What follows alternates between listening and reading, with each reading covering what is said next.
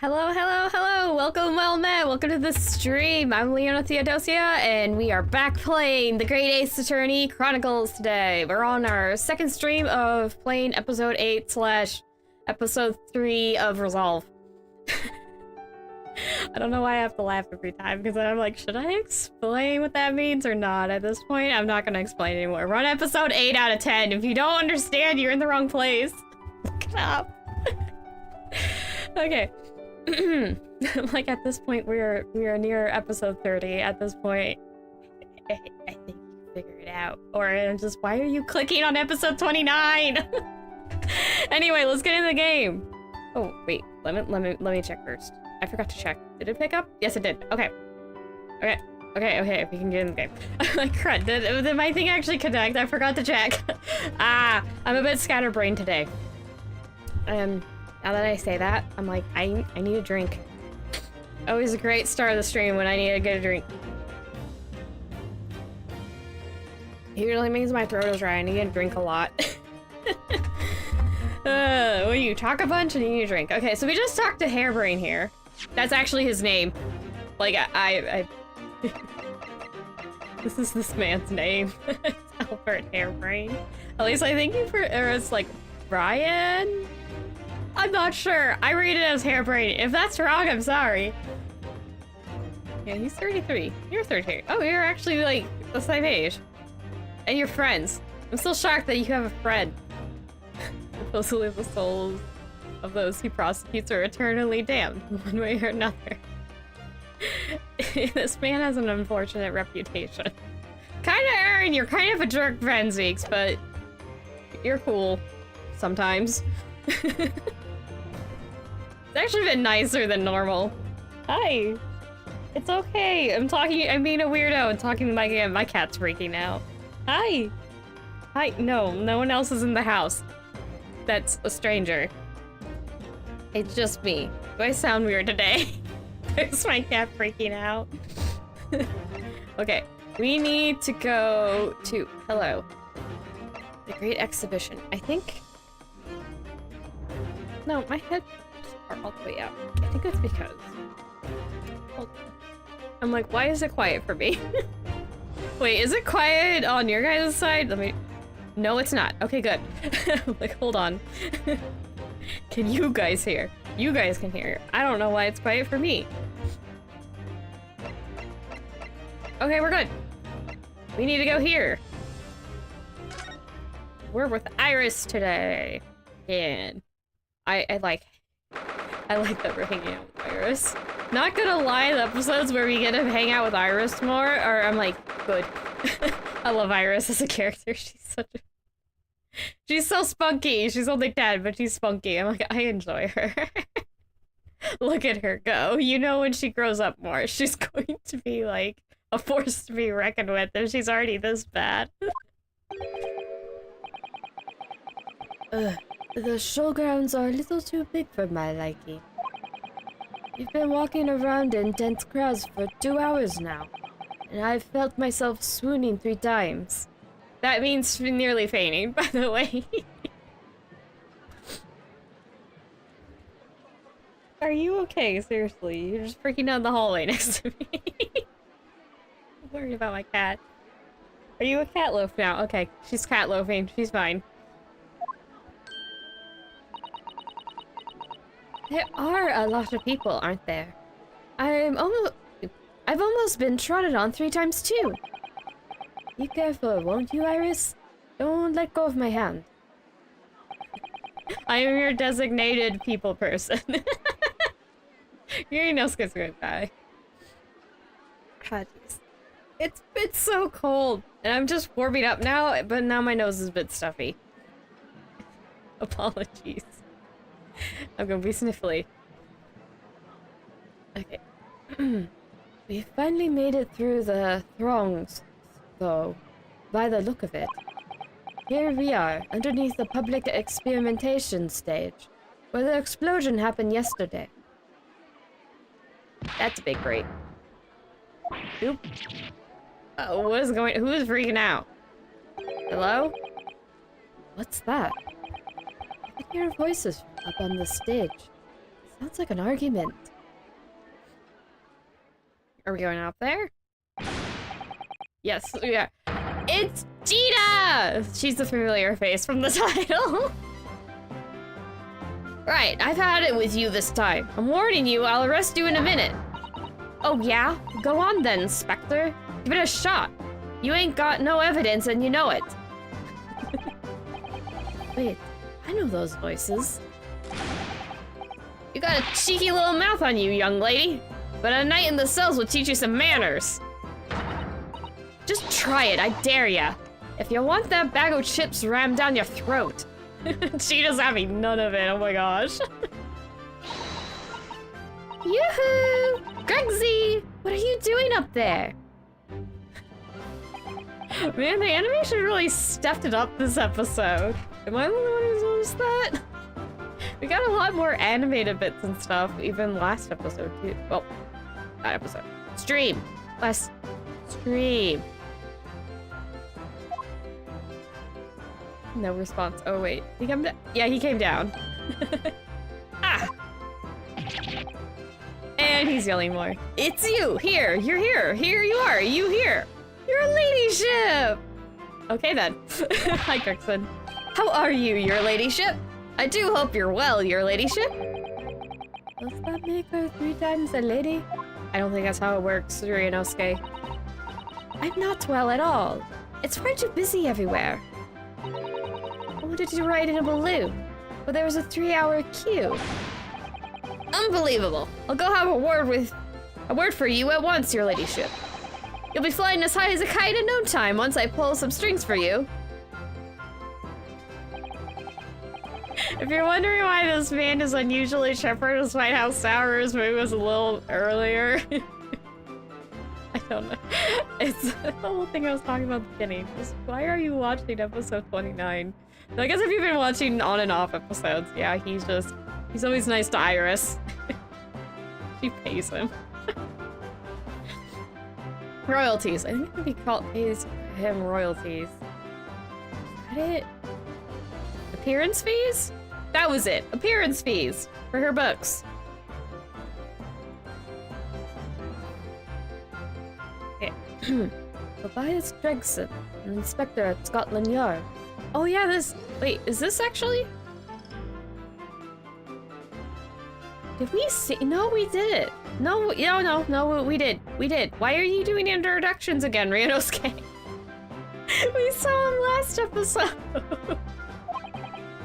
I'm confused. I have questions, and they will not get answered. That's nothing new. Till recently, he was suspended from duty, but it would appear he's back in action now. He's actually quite well known, appearing as he does in the adventures of Herlock Snows. For that reason, he can't say a word wrong to the story's author, Iris.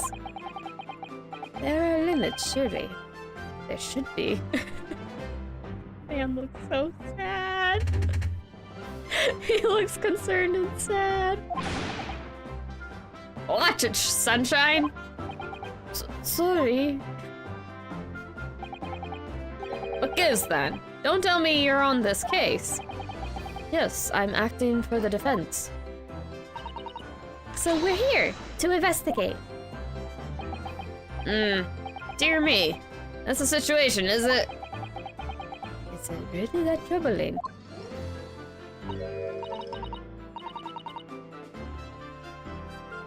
That's Gina. Measling 5 bob? Is that all you got? Gina, give Ryunosuke his money back. You're a lawyer, ain't ya? You could stand to carry a bit more copper around in your pockets, Mr. Naro Odo. Hey! That's my last bit of spending money, that is. You can have it back, but I'll have to charge you for all the bother. 3 bob. Gina, no. Gina, don't be a jerk to Ryunosuke. He's got enough of those people around. This is Gina Lestrade, a pickpocket or diver, born and bred in the East End of London. In the case that led to my own suspension 6 months ago. This is the young lady I was defending in court. What's your problem, eh, Odo? Diver, pickpocket. What's with all the name calling? You want a bag of chips ran down your throat and all, do you? I thought you were proud. I thought you were proud to be a diver, Gina. You were just arguing with Inspector Gregson about it, weren't you? I assumed you'd been up to your usual tricks here at the showground. That ain't no way to talk to a lady, Odo. Half a year's a long time. People can change. I'm an apprentice now, learning to be a Scotland Yard detective. So you'll have to call me what everyone else does. It's Inspector Lestrade now. Inspector? That's just on me, surely. The inspector part isn't entirely accurate. No one calls her that. For what it's worth, anyway. Investigating is off the cards for all of us. What's that supposed to mean? Howdy, Iris. Right, well, I'll be up top. You hold down the you hold the fort down here, alright? Right, sir. She's not amused. Ooh, I just realized the swirly bits above my head. That's some nice metalworking. That's Art Nouveau-y. That's actually very indicative of Art Nouveau. If you want an example of Art Nouveau, right there, above my horns. This raises a lot of questions. Hi, Gina. How are you at the? Why did a pickpocket become a part of the police force? It was 8 months ago now that I first encountered Gina, in connection with a case I was working on. At the time, she was living in the East End with a group of other orphans.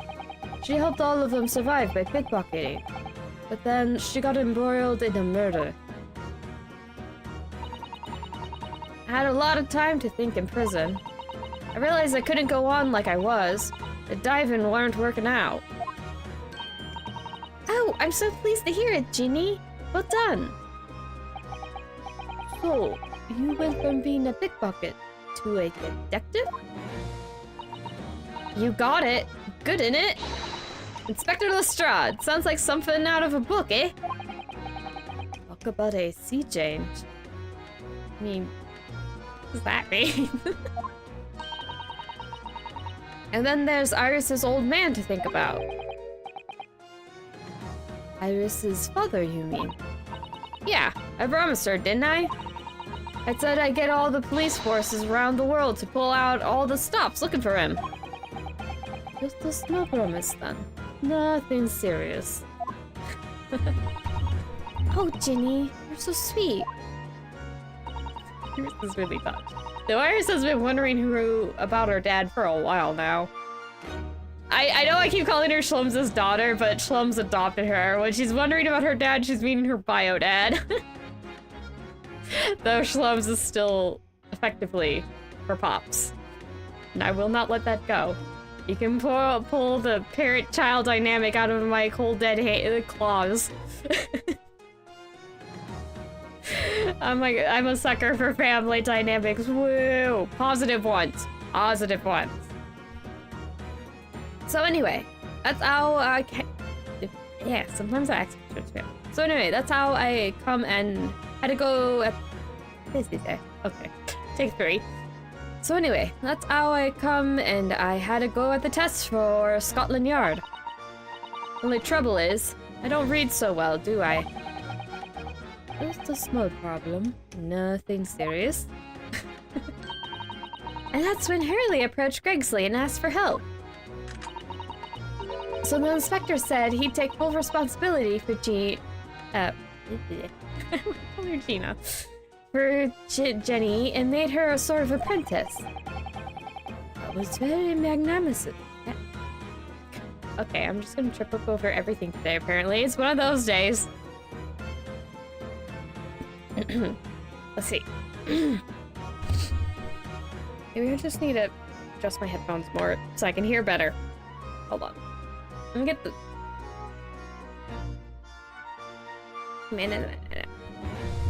Oh. I can hear better in more than ways than one. Okay, this should help. Maybe a drink. Try this again. And I'm like, it's gonna be one of those days I mess up on everything, aren't I? You have those days, you have off days, but you still stream. The life of a streamer is as such. That was very magnanimous of Inspector Gregson, and brave. Well, you know Hurley. He enjoys finding ways to make people do what he wants. This is true! Hurley is persuasive. A great detective likes digging for dirt, in other words. Indeed. So, the long and short of it is, if you got questions about the case, you can ask Inspector Lestrade.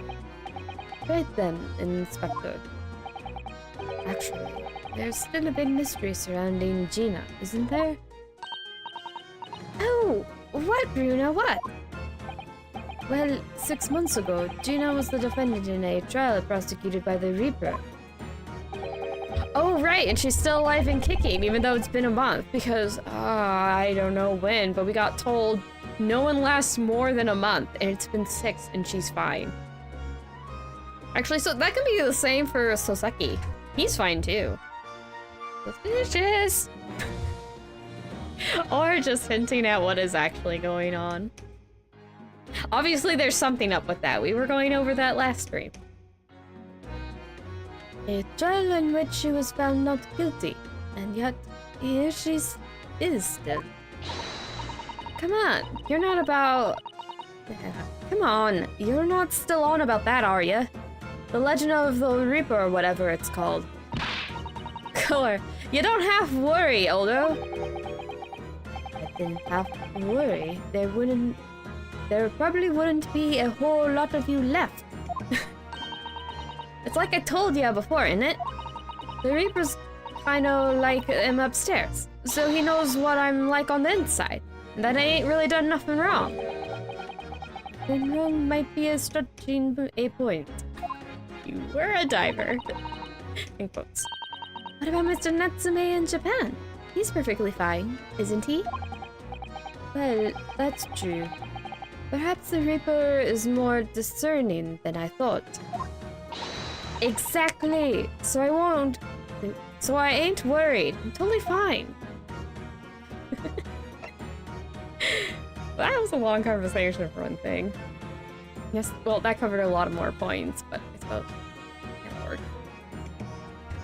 I just realized there's a sign in the back and you can read it. It says exhibition. There's a little arrow going like up the stairs. Okay, yesterday's incident. Core. It was out of this world, it was. The brainy bloke pulled a bunch of levers on his machine, and suddenly it started billowing smoke. Then it just went pop. I haven't seen a better experiment here yet. He likes explosions? Does Gina like explosions and excitement? I wouldn't be too surprised, honestly. Sorry. You mean you saw it, Ginny? With your own eyes? Yeah, of course. The boss is in charge here, ain't he? Of keeping everything running smooth, I mean. The boss being Inspector Gregson, I suppose. That's gonna take some getting used to. So all I have to say is that I'm on duty, and I can do whatever I want to. Get this, I was up in one of them flying balloons when it happened, watching it from above. No! So lucky, Ginny! Maybe I should join Scotland Yard too. I'm not... Do they have an age requirement? If it has an age requirement, I'm not sure if 10 years is enough.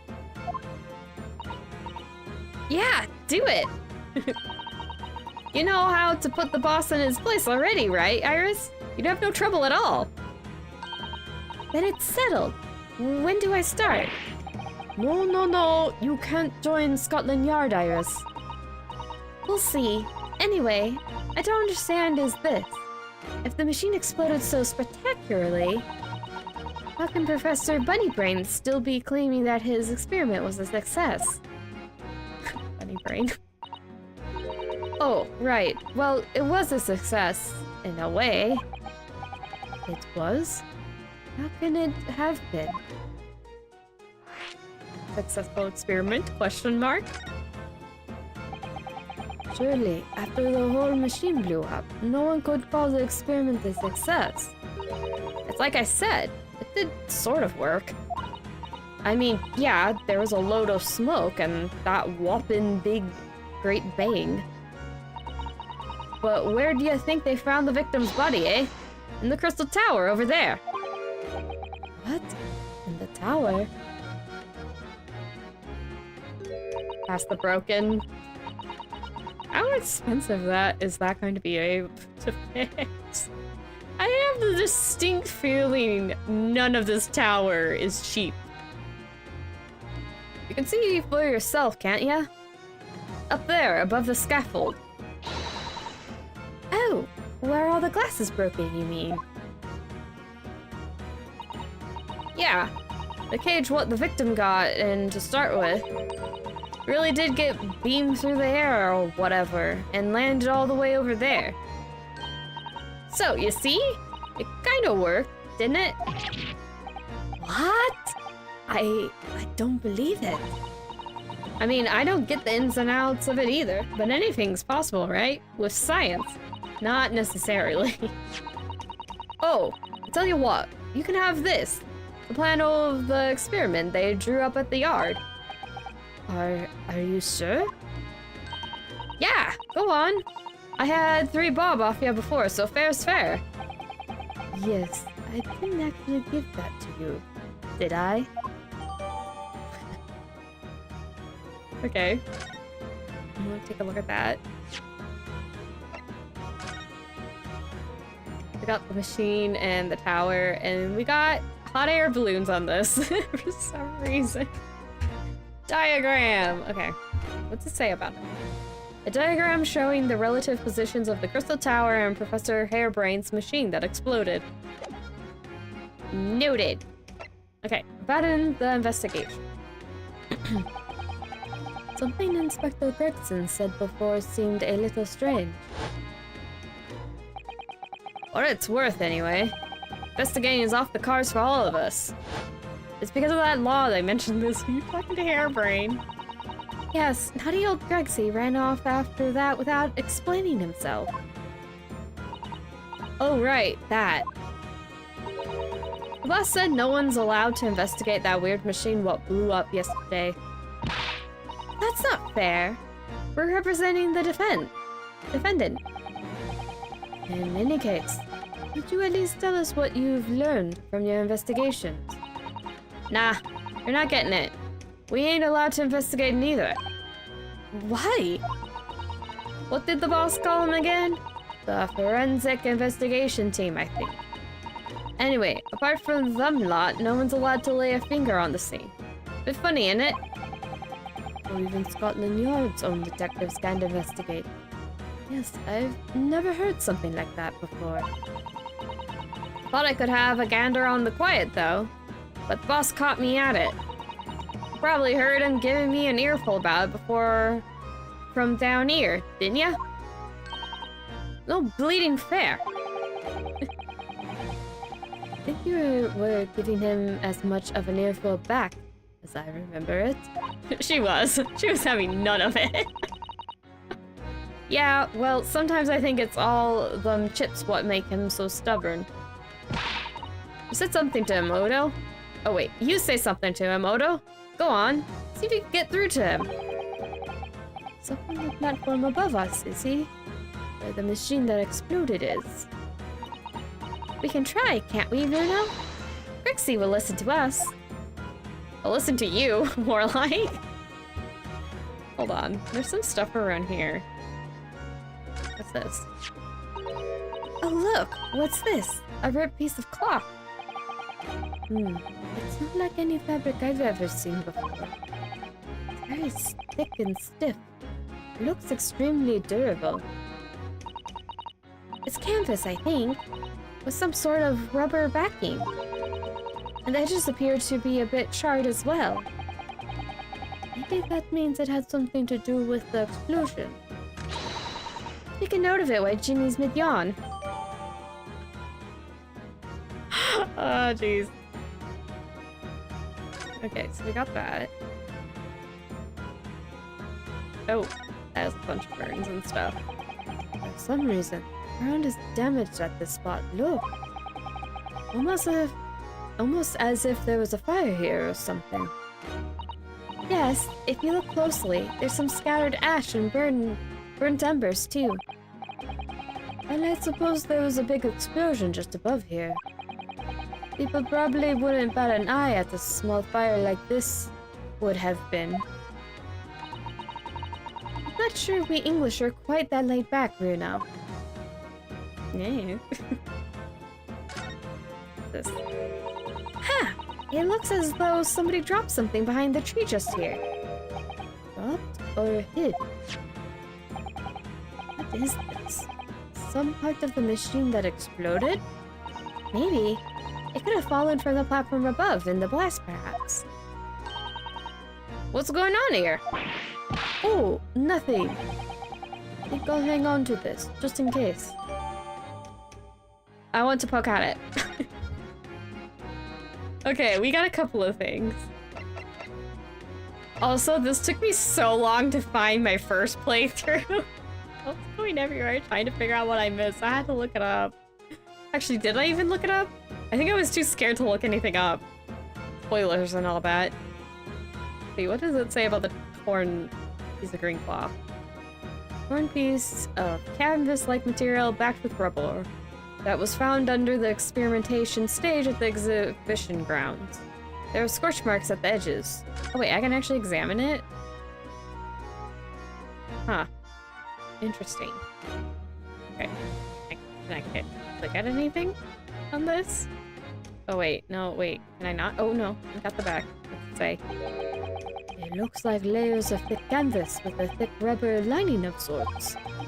Never seen anything like it before. But applying Mr. Schwalm's methods, I might deduce that it was part of a raincoat worn by someone who really didn't want to get wet. The jarring must have occurred when the person was struck by lightning. Or maybe not. Ryunosuke, you're being silly.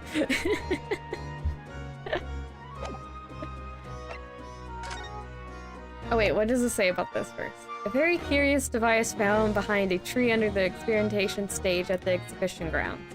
Almost as if it had been hidden there deliberately. Okay, let's see what they say about this. The lever. I think it's a crossbow. Because, like, those are the arms. You have the bolt track right there. Pew pew! It doesn't look like they're gonna look at it, though. Later, then. I'm gonna find out what it is until the game's like, nope, it's relevant now. Oh, wait, we can look up more. Balloons. Hello.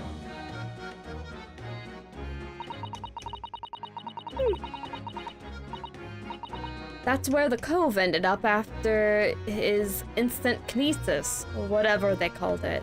Dead, of course. And yet they're calling the experiment a success? What's the wooden scaffolding there for? Coppers, our lads, set that up after the incident happened. Get the body down, I think. Don't know, really. Didn't you help to erect the scaffolding then? Nah. Lookout duty's more my thing, wandering around the exhibition and keeping a lookout for the fun stuff. Mine Gregson doesn't hear you saying that, or he'll give you the boot. It's incredible though, isn't it? I mean, could the victim really have bridged that gap by some sort of invisible kinesis? No. That's not how physics works. Flag. A little British flag. I don't think we can see the other, tower. Tower's where I'm trying to think of. Stairs. Excuse me. These stairs obviously lead to the stage above. Should probably go up there and investigate the exact spot where the experiment was being conducted. Up we go! Oh, that's still standing. Great Exhibition Grounds, Experimentation Stage. It's all zappy and stuff, though. I'm impressed this thing didn't fall over. Look at those spindly little support beams. Some of them are damaged, even. There's a hole missing out of that one. Actually, two of them. Oh, one closer there, too.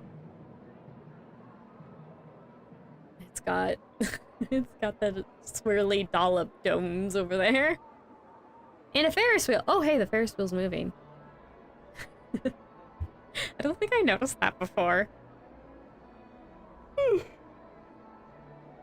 Wow, wow, wow, wow, wow. So that's it, isn't it? The machine that blew up. Oh, it must have been a magnificent explosion. And I've seen my fair share. Living with schnomes? You've seen things like this before, you mean?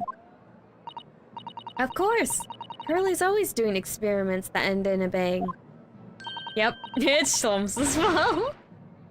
In fact, in his own words, explosions are the very essence of chemistry.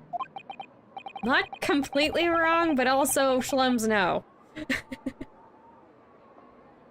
Ah, that might explain the smell of burning that frequently comes wafting up the stairs. One time, I made something that exploded with such force, it took the roof off the building. But how did you not get hurt? I wish you'd been there to see it, Runo. It's hard to get too excited about that, given that I now live in the roof. That too! Well, anyway, that's enough about that. It's time to investigate.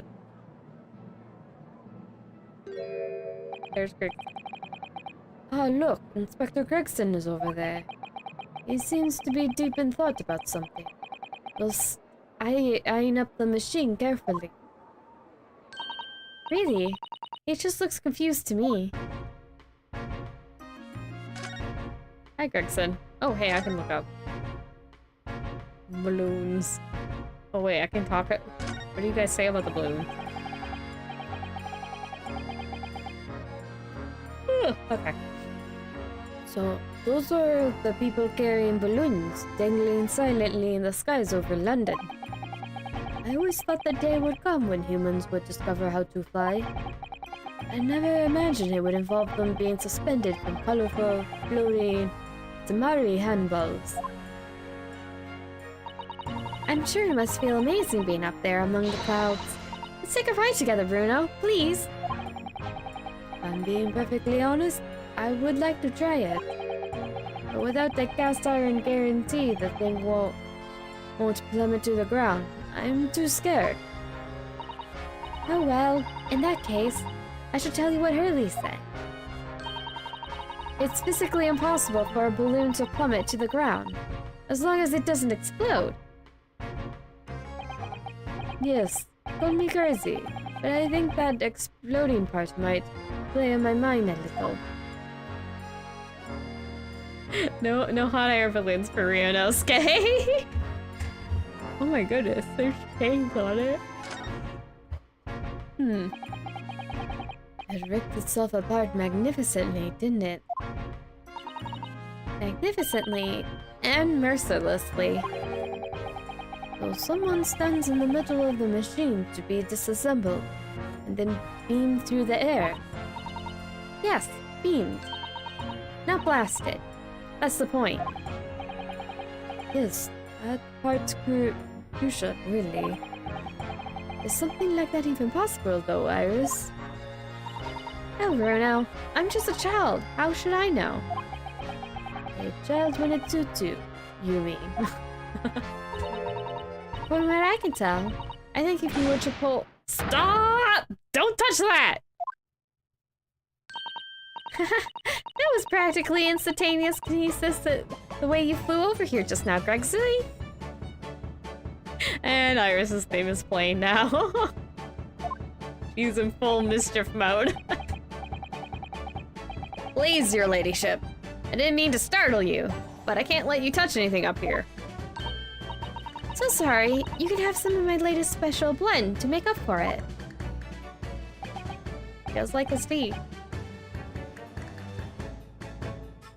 He's just chugging it all down. Ah, wonderful. This stuff really is wonderful. And I was like, they're shiny. It's just like old times. This is. It really is.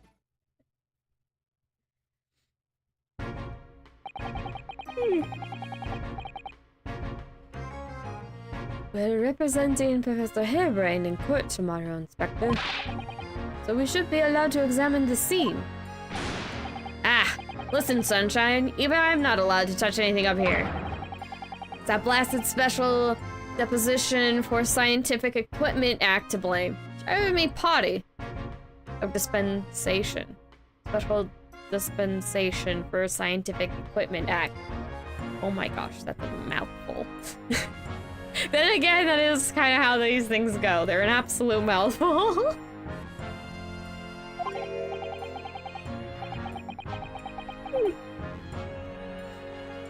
Oh yes, that special dispensation. The professor mentioned that too. More red tape's all we need. I don't know what the government thinks it's playing at sometimes. But we're allowed just to look, aren't we? Eh? Surely that's all right, isn't it, Gregsley? I mean, that's not going against it, technically. Of course, your ladyship. Anything you say, your ladyship. But please don't get your dandy hands dirty, will you? Or dainty hands. Dainty hands dirty. Whoops. Don't worry, we wouldn't dream of touching anything, would we, Runo? She really knows how to get what she wants. Her dad is Shloom. She just got over her saying that he's really good at that too. She's nicer about it though. Gives you tea. Can I talk to you? No, we can. Ooh, sorry for all the yawns. Apparently, now is sleepy time. Come on, we're barely over a half hour in, so wake up. Yeah. Using high voltage electricity to somehow disassemble a man's body and then beam him across to the crystal tower. It's an extraordinary thing to attempt, especially in public. True. It was by far the most unusual of the experiments planned for the exhibition, mind. To be honest, I'm a bit surprised it was allowed. Carrying out something so dangerous with so many spectators present, I mean. The government's doing everything it can to promote new science and technology at the moment. They're more worried about being ahead of the game than the odd spot of public safety infringements. But if they can be the first to develop some new technology, it makes Britain more powerful in the future, you see. Yes, I suppose that's true, in a way. So the powers that be are placing heavy emphasis on science rights at the moment. What sort of rights? They're making it so that any theories the brains have remain their legal property. Oh wait, any theories the brains have remain their... Oh, it's saying... Okay, I get it now. They're making it so that any theories the brains have remain their legal property, as it were. Right through developing it into a practical idea and even going into production. Which is the infuriating reason us coppers aren't allowed to touch this crime scene. Because the new high-flaunting special dispensation for Scientific Equipment Act forbids it. Ah, I see now. The only people with permission to investigate here are some brand new department at the yard. The Forensic Investigation Team, it's called. We've been relegated to keeping guard. Forensic Investigation Team. Any old fool can see this heap of scrap metal was a sham to begin with. But just because it says scientific equipment on the paperwork, we can't do a flaming thing with it. Poor Gregsley. He's very het up, isn't he? Indeed. Special dispensation. Remind me again, what's this new legal act that means we're not allowed to touch the scene here? Are you having at me, Sunshine? It's a special dispensation for the Scientific Equipment Act. Can you please stop saying that? It's hard to say. Yes, I think Hurley mentioned that recently. With a real twinkle in his eye, as I remember. I'm sure he did, your ladyship. I'm sure he did. Fast, especially for this great exhibition it was. All scientists have to do is present their ideas or inventions to some suits in the civil service. And if it gets rubber stamped, it's a guarantee of rights to maintain the invention's confidentiality. What does that really mean? Think about it. Think of all the world-changing new inventions on display every day at this exhibition. Though a good half of them are a load of cobblers, if you ask me, put forward by shammers like yourself. Thanks for that. Gregson, don't be rude to Ryunosuke. He did not deserve it. Oh, I love how absurd some of the inventions here are. It's also fun. Might be fun to you, but a member of the force has to be present at every single demonstration. Can you imagine, eh? Hang science, that's what I say. Oh, I don't think so. That sounds like my dream job. You'd soon think otherwise after spending a day guarding all these shammers' bogus contraptions. But if they are bogus, how could anyone hope to demonstrate them? There'd be no point. Yeah, well, there's a point, sadly. Sorry. Thanks to another of our government's bright ideas. If any theory or invention is deemed to show potential, the government hands out a research grant. Scientists get funding. Exactly. And that's what they're all after. All these shammers coming from far and wide to clog up Hyde Park. And who has to keep them all safe, eh? Who has to smile politely and welcome them? Us coppers, that's who. Ouch. So you can see why I say it now, can't you? Hang science. Hang it. Oh, maybe I can see your point. Even Iris is conceding. She's like, no, I can see why that'd be problematic. I just noticed all the ribbons on the railing. Mr. Hairbrain. Apparently, Professor Hairbrain lives and works in Germany now, conducting his research. That's right. Came to Britain especially for the Great Exhibition, as I understand it. Probably after one of the government's research grants. Actually, we learned something else about the professor earlier today. About his time in further education. It turns out he was at a university with someone we both know. Lord Van Zieks. Yeah, what's that? That's news to me. But if Van Zieks hands the prosecution, then as the accused, the professor's fate is Sealed? Because the Reaper will get him one way or another. Blimey, that man's beyond me. I don't know what goes on in that head of his. I don't know either. This is my second playthrough. Talking of Van Zieks, this morning's papers ran the story of him being attacked. Read that? Oh yes, but Mr. Reaper is completely fine. Nothing to worry about. Yes, right. Glad to hear it. Still, a Reaper, huh? How long that business gonna keep up, I wonder?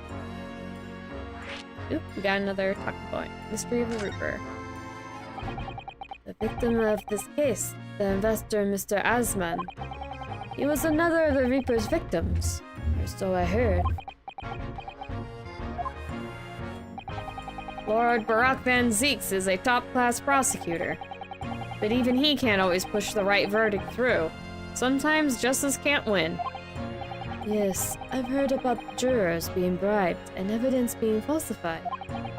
And that's how the notion of the Reaper of the Bailey came about, isn't it? obviously. Scotland Yard suspected Van Zieks initially. We all assumed he was taking matters into his own hands if he failed to seal the deal in court.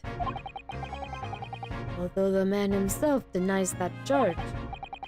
Well, we've done a very thorough investigation, and we reached the conclusion we reached. Is that Lord Van Zieks is in no way related to the deaths of those people outside the courtroom. There's no question in my mind. I'd stake my reputation on it, I would. But if that's true, then how do you explain it? All those defendants couldn't just have coincidentally died if nobody killed them. I know that, but I can't explain it. It's a mystery after all, isn't it? That's the whole point of the Reaper. Professor Harebrained mentioned something else. He said that at university, Lord Van Zieks was a totally different person. Easygoing and kind. You what? He said that it was after they both graduated that something happened to change the man. Do you have any idea what it was? No clue. Really? Look, I've got my hands full watching over this frustrating crime scene. Why don't you go and make a nuisance of yourself elsewhere, hey? Iris is like, nah, you know something. You had a pause. Yeah, I caught that too. She's not gonna press it though, it looks like. Okay. Ah. More drinkies. Still very dry.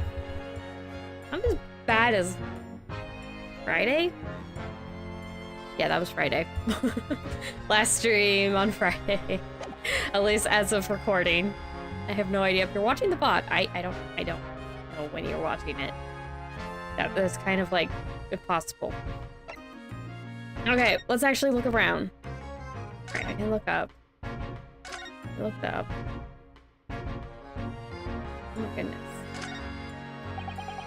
Considering how badly damaged everything is, Professor Harebrained was lucky to escape the unscathed, I'd say.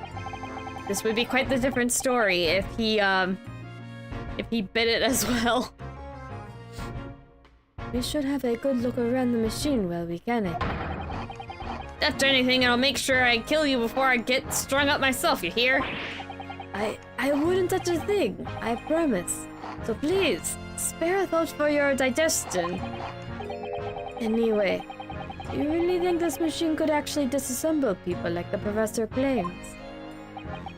Yes. Looking totally incredulous. Give it a rest, sunshine. If we were allowed to examine all this bleeding scrap metal, maybe we could answer that question. But we can't, can we?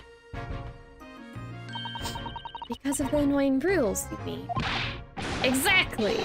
The annoying, obstructive, flaming rules. Cool. Look at the pasted machine there. Oh yes, there's a tool of some kind poking through the wire mesh. It's a screwdriver, I think. Oh! Isn't it a lovely one? The handle's in the shape of a capital letter A. Is it? Oh yes, you're right. What's the matter with you? Don't touch anything, I said. Touch anything, I'll make sure I kill you before I get strung on myself, I said. Yes, I Wait, that's Ryunosuke. Yes, I understand, sorry. I touched a teeny weeny bit. I can relate to that.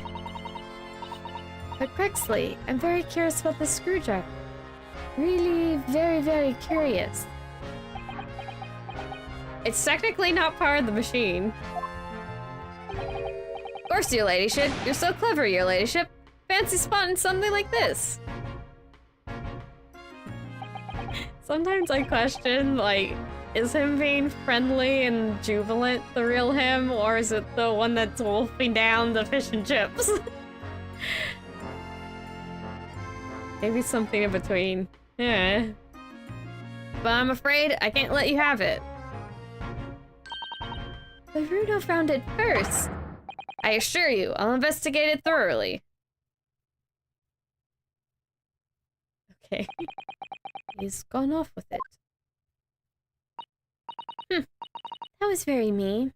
I'm afraid Inspector Gregson is going to make a very clumsy and embarrassing mistake in next month's installment now. Or Gregsley.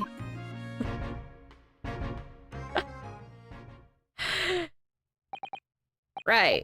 Are you done here, Mr. Naruhodo? Sorry. Isn't it about time you were leaving? Or rather, it is about time you were leaving. There's a lot, that lot are here now. That lot? The forensic team? Yeah, the forensic team. The forensic investigation team. They'll be giving me the heave-ho in a minute, too. Oh dear. Poor Gregsley.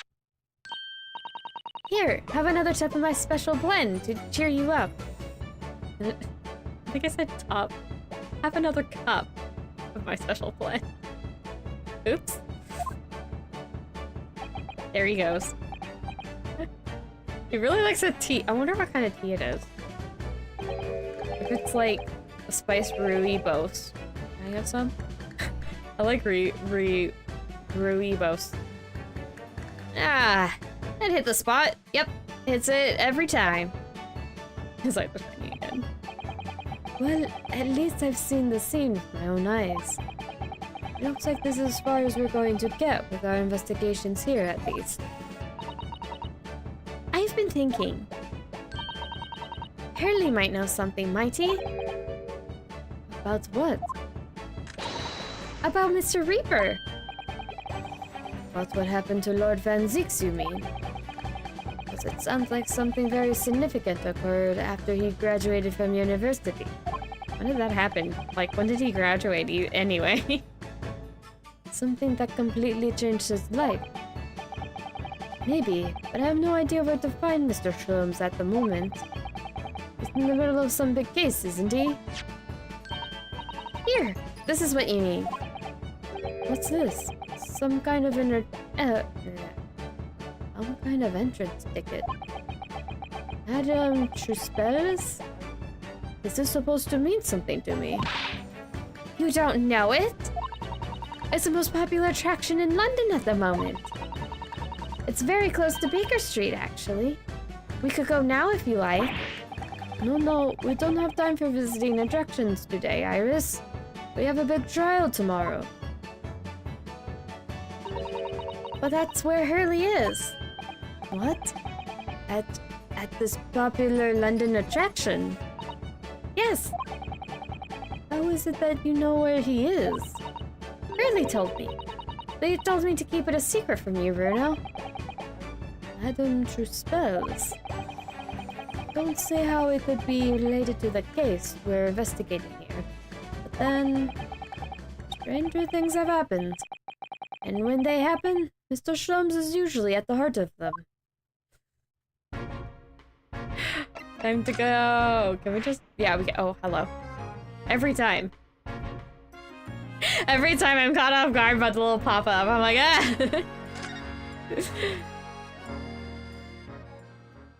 Okay. This is actually based on a legitimate thing. I'm not entirely sure if it's still here in the present day. But yeah, Madame Truspel's Museum of Waxworks. It's very famous. It's based off of a real thing. And yes, it was very popular during this time period as well.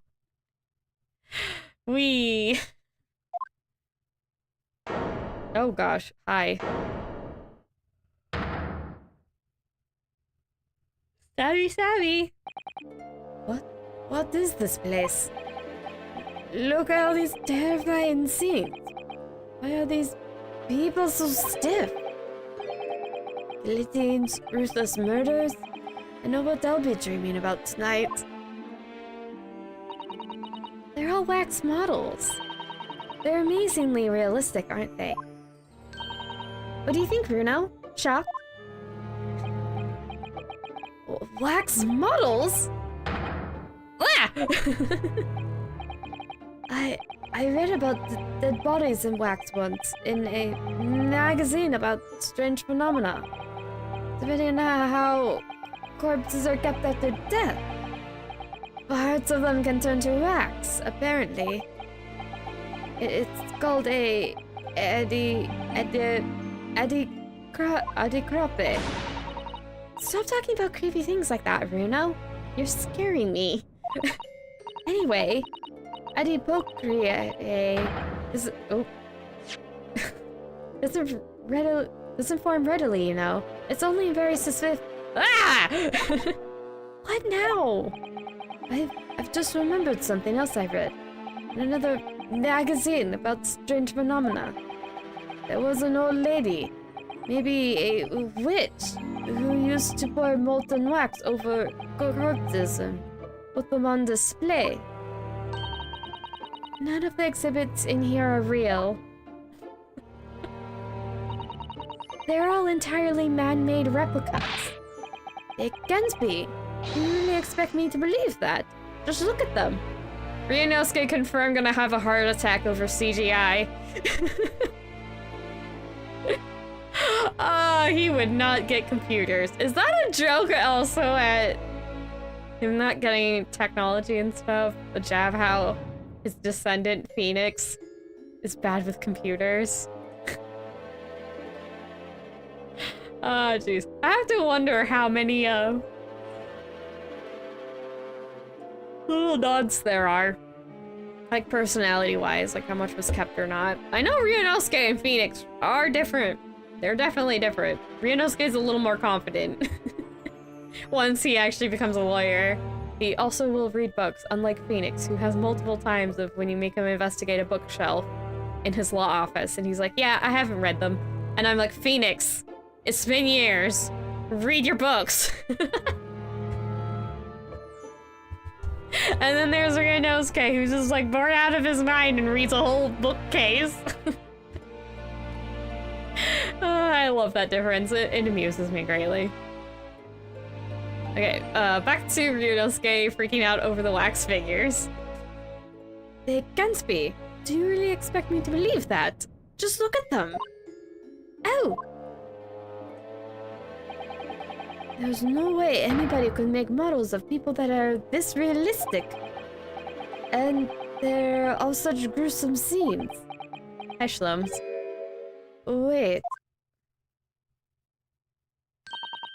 What is it? Oh, no. I must be seeing things. Oh my gosh, there's an arm. But we're gonna ignore that for now. Because that's probably Shlum. It's the great detective, Mr. Herlock Shlums. Mr. Shlums has his own wax statue in here. Really? Well, he is a world famous after all. It's an uncanny resemblance, isn't it? It makes my skin crawl to look at it. I know! But look, Runo, you can kick this Hurley and he doesn't move a muscle.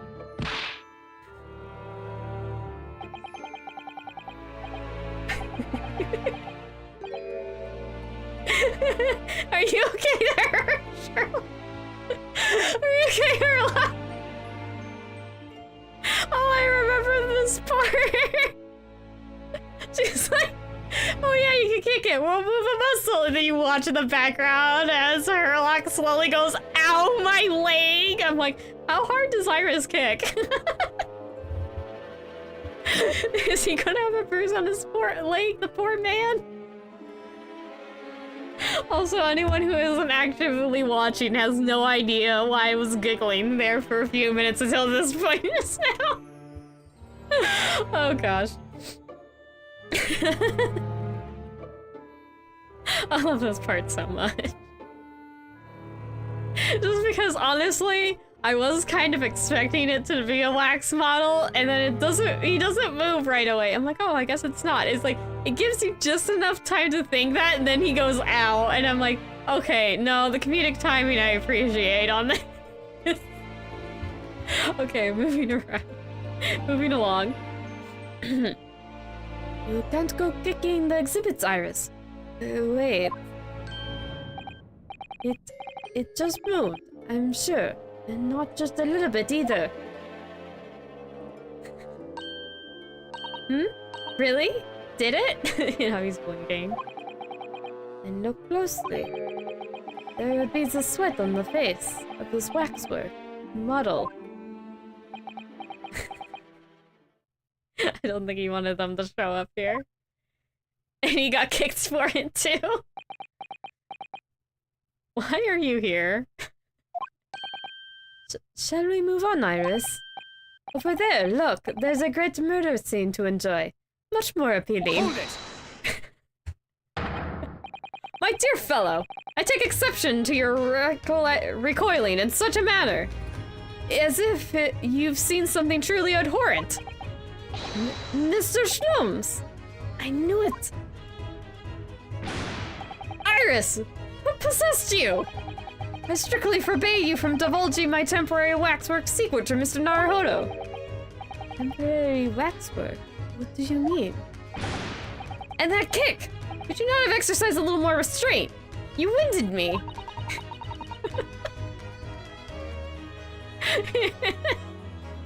I'm sorry, this part's just really funny to me. Okay. But Bruno has something he needs to ask you. Ah, a question. And I thought you'd probably be getting bored, too. So here we are. Well, you can't deny that your timing was impeccable. A mere 2 minutes more being stationary like that, and my great brain, upon which all my success has been built, would have turned to wax. Thank goodness we arrived in time. Indeed! In many ways, the pair of you just saved the world from an unimaginable loss. Oh, Hurley, you do like to talk nonsense, don't you? He was getting very bored. He could know something is true about Lord Van Zieks and what happened in the past to change him. Now that you're here, let's take our time. How can I be of assistance? For you're in luck. I'm suddenly quite taken with the idea of conversing. Oh, well, actually, I'm in quite a hurry. And if my eyes don't deceive me, I believe something is afoot within the walls of this very museum. A most fascinating case, if I'm not mistaken. Really, there was an arm poking out from under the curtains. Did you not see that, Ryunosuke? It was fairly obvious. Moreover, and it wasn't like the wax statues, which have a little more detail than the movable models. I have a strong suspicion that it is related to the matter about which you've come to me now. But how could it be? We shall speak again presently, my dear fellow, but for now, I must return to my work. What? Back to being a temporary waxwork exhibit? Can I really not talk to him? Okay, yeah, we can. Random true spells. What is this place? No, he's actually not gonna talk to us. Oh no, he moved. Okay. Never mind. Madame Truspels came to London from France 3 years ago, I understand. Since she opened this little waxwork museum last year, it's enjoyed great popularity in London. There are even museums like this in Japan. Oh wait, that's Ryunosuke. I need to pay attention to the names more. There are museums like this in Japan too. But these displays are something else. I mean, they aren't made from actual real people, are they? The extreme realism of these waxworks models is a particular secret of the Truspels family, they say. They earned renown during the French Revolution for waxworks of victims of the guillotine. Ugh. That sounds grim. The gruesome scenes were portrayed with such realism in the expressions of the faces of the condemned.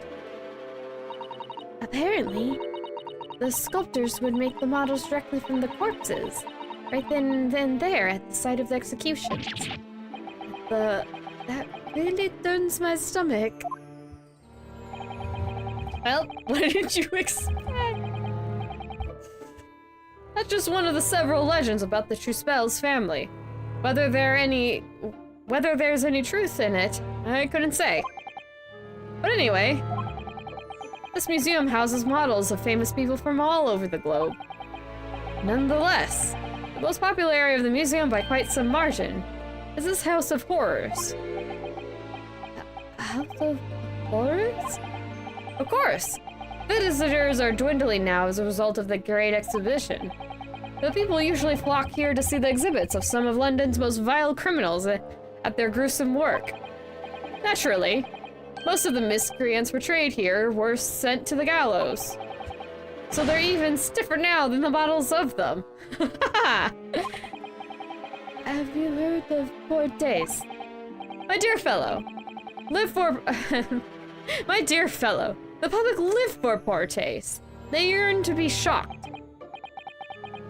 So, the hideous exhibits in here are... They're all portrayals of real events that actually took place. Is it just me? Or did the temperature in here just seem to drop? Anyway, I advise you not to think too deeply about what you see here. Back to his family. Oh, he's back to being a waxwork, is he?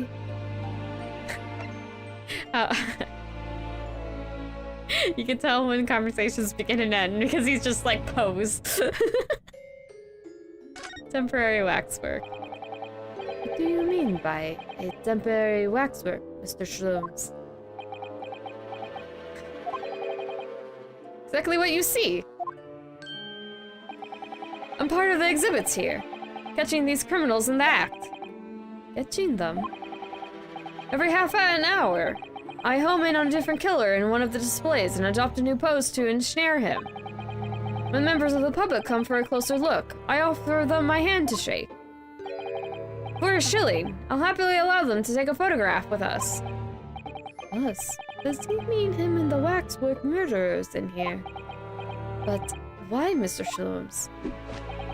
My dear fellow, isn't it obvious? For the money! He really roared at me there. Very fitting for the House of Horrors. As it stands, I may struggle to pay this month's rent, and I have the ravenous Iris to consider. Oh, Hurley, I'm so hungry. Iris. Push comes to shove, I shall ask you to do your bit, Mr. Naruhodo. What's he threatened to rope me into now? So, with that in mind, how about a photograph? As a special treat, you may have your pick of murderers and scoundrels in here. The choice is yours. Maybe some other time. Remember, Mr. Naruhodo, ignore me at your peril. You say that, and you go back to being a waxwork. Back to being a waxwork again. Is it just me? Or did his final remark there sound a lot like a curse? Something to ask. You're finally getting to Van Zieks' stuff. Well, what is it that you like to ask me then? Actually, it's my Lord Van Zieks. Ah, our friend Mr. Reaper. How did you find him? Well, I trust. Oop, fade to black. And so I filled Mr. Shlooms in about everything I'd learned. About Lord Van Zieks, about Professor Hairbrain, and about the strange coincidence that they had been at university together.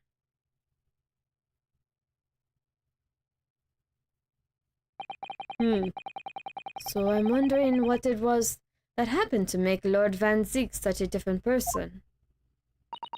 I was sure that you'd know, Hurley. I don't think he wants to say. He's doing the hat grabbing pose. You said there was something going on here in this exhibit hall before. That something was afoot. And that you believe it was related to what I wanted to ask you about. It's being really quiet. Mr. Shlooms. He suddenly clammed up. Well, it seems we've reached the unavoidable. Greetings. Hello. Oh, hello. Where did she appear from? What is she wearing? Does she look any more mysterious? I think that's the point, Ryunosuke. I hope you're appreciating my museum. Sorry, have we... The Shrums, do you know this? Not again. My apologies. I'm Esmeralda Trespels. This is my museum of waxwork. What? You are the Madame Trespels? Bien sûr. Bien sûr?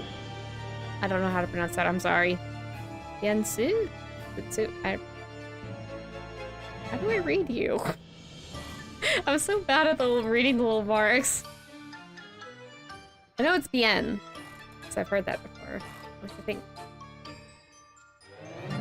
Or am I thinking of a different language? It's French. Maybe it's pronounced the same. Okay, anyway, moving on. Though only 26 years young, I might add. That's significant somehow. I'm a madame in name only. It has a certain je ne sais quoi. Right. Firstly, I must apologize for my waxworks. Or rather, one waxwork in particular. That'll be Mr. Sholmes then. I was led to believe he was a great detective, but he seems Unable to settle. That has nothing to do with his fame. He is just... The man just has a lot of energy. next time you move from your designated exhibit, there will be toil and trouble. Bye. Sounds deathly serious. That's a problem. How am I supposed to ask Mr. Sholmes about Lord Van Zieks now? Let's not forget that what Hurley said before. About something being afoot, right here in the museum, I mean. Yes, I know, but... I'm so curious. I want to know what's happening here. Haven't we got enough on our plate already? Hello, Madame Truspells. Waxworks. Did you make all these waxworks, Madame Truspells? I did. I'm the third generation of waxwork artisans, you know. Gosh! It was my grandmother who began the tradition in my family. Our fortunes were checkered, living through the turbulent times of the French Revolution, as she did. Though that is when she acquired the savoir-faire that leads to the astonishing likeness. All these waxworks really do look as though they're alive. In fact, they look more alive than Hurley.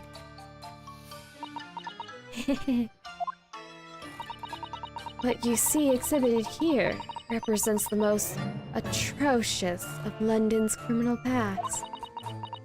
All the waxworks were created in the presence of the real people on which they are modeled, in the hours immediately following their executions.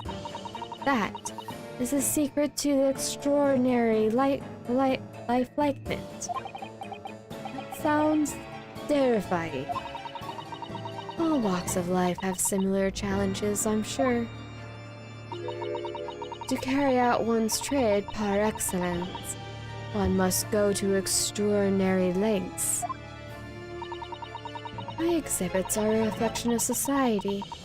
I create only that which the public wishes to see. Couldn't the public have wished for something less horrifying?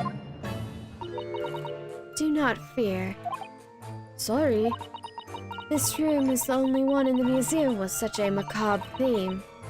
I do hope you'll explore.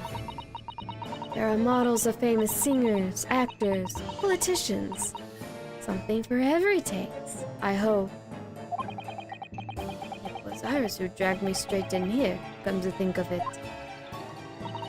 Sorry. Perhaps I should have eased you into things. Poor Ryunosuke thrown right into the deep end.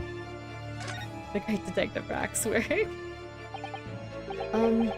What's the situation with that? Ah, my temporary waxwork model.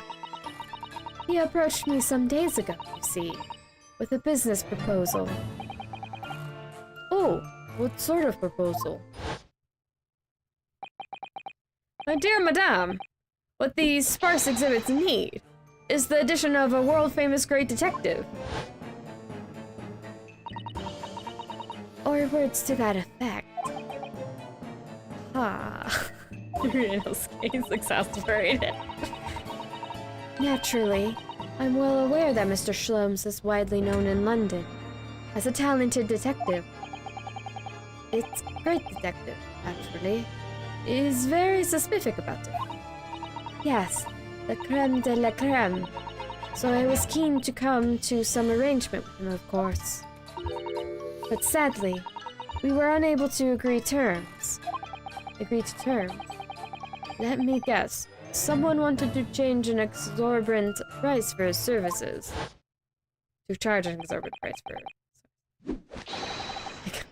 Shlums. For a mere 500 pounds, I will dive into your cauldron of wax this very moment. Or words to that effect. Mr. Shlums might have overdone it slightly with the sales pitch.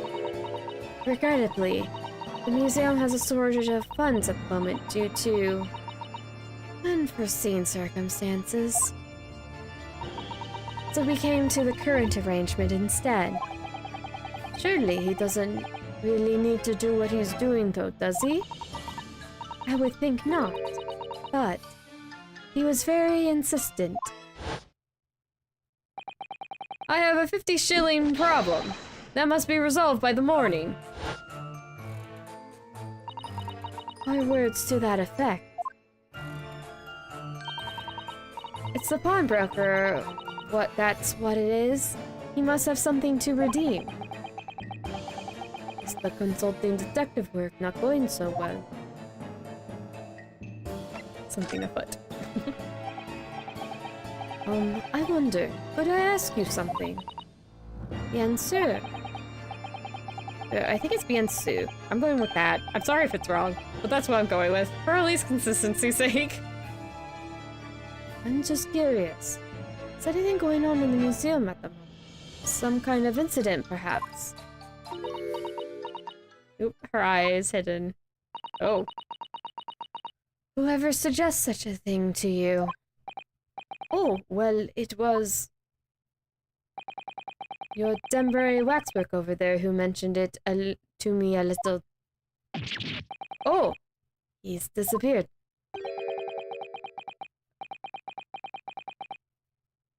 I don't know who's speaking.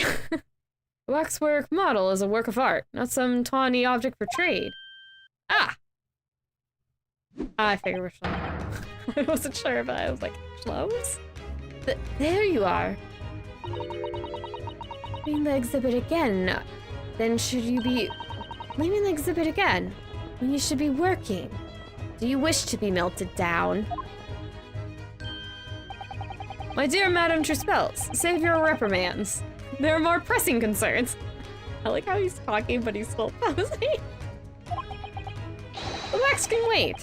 It's our ideas about your current problem that we must throw into the melting pot instead.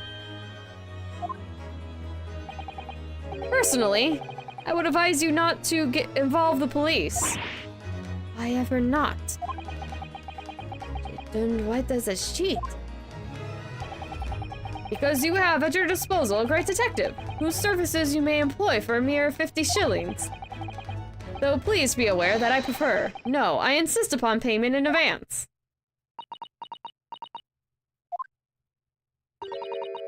Very well. Let us see if the great detective is able to live up to his name, shall we? Before I engage in my analytical processes, I must ask you to clarify something. What, pray, is behind the curtain? That is the Truspels special exhibit. There's an extra charge to see it. Ah, the special exhibit in the House of Horrors. It must depict a special killer then, I presume.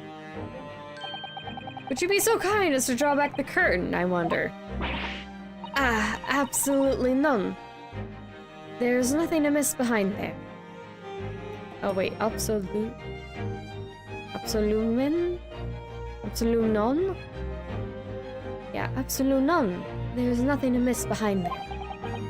nothing amiss, madame. What about the arm protruding ominously from under the curtain? Ah, I strongly encourage you to allow me to see what lies beyond, before the situation worsens. yes, very well. I will draw back the curtains, but only a sukan. Supa? I am not familiar with French, I'm sorry. Trying my best. Spooky.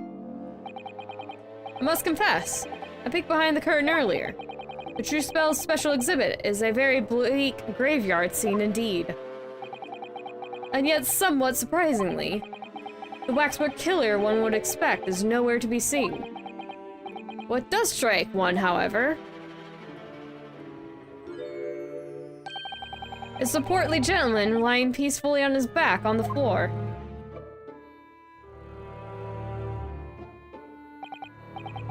Well, then perhaps Mr. Shlom's... that man on the floor is the ruthless killer himself. I'm afraid not, my dear fellow. He's a perfectly ordinary London gentleman. Not even a waxwork, in fact. What? As skillfully made as these waxwork are, they're always distinguishable from real humans. So, allow me to present my two conclusions. The first is that a sizable business transaction has been taking place in this special exhibit. Why would you say that? And the second is that the aforementioned transaction is linked to a serious crime. Ah! Looks as well as Gandalf. I don't understand. So, Madame Truspels, as you've agreed to my fee, you shall now have the pleasure of seeing this famously great detective and temporary exhibit at work. He's striking a pose. Great detection. The game is afoot. Topic 1. Waxworks fate.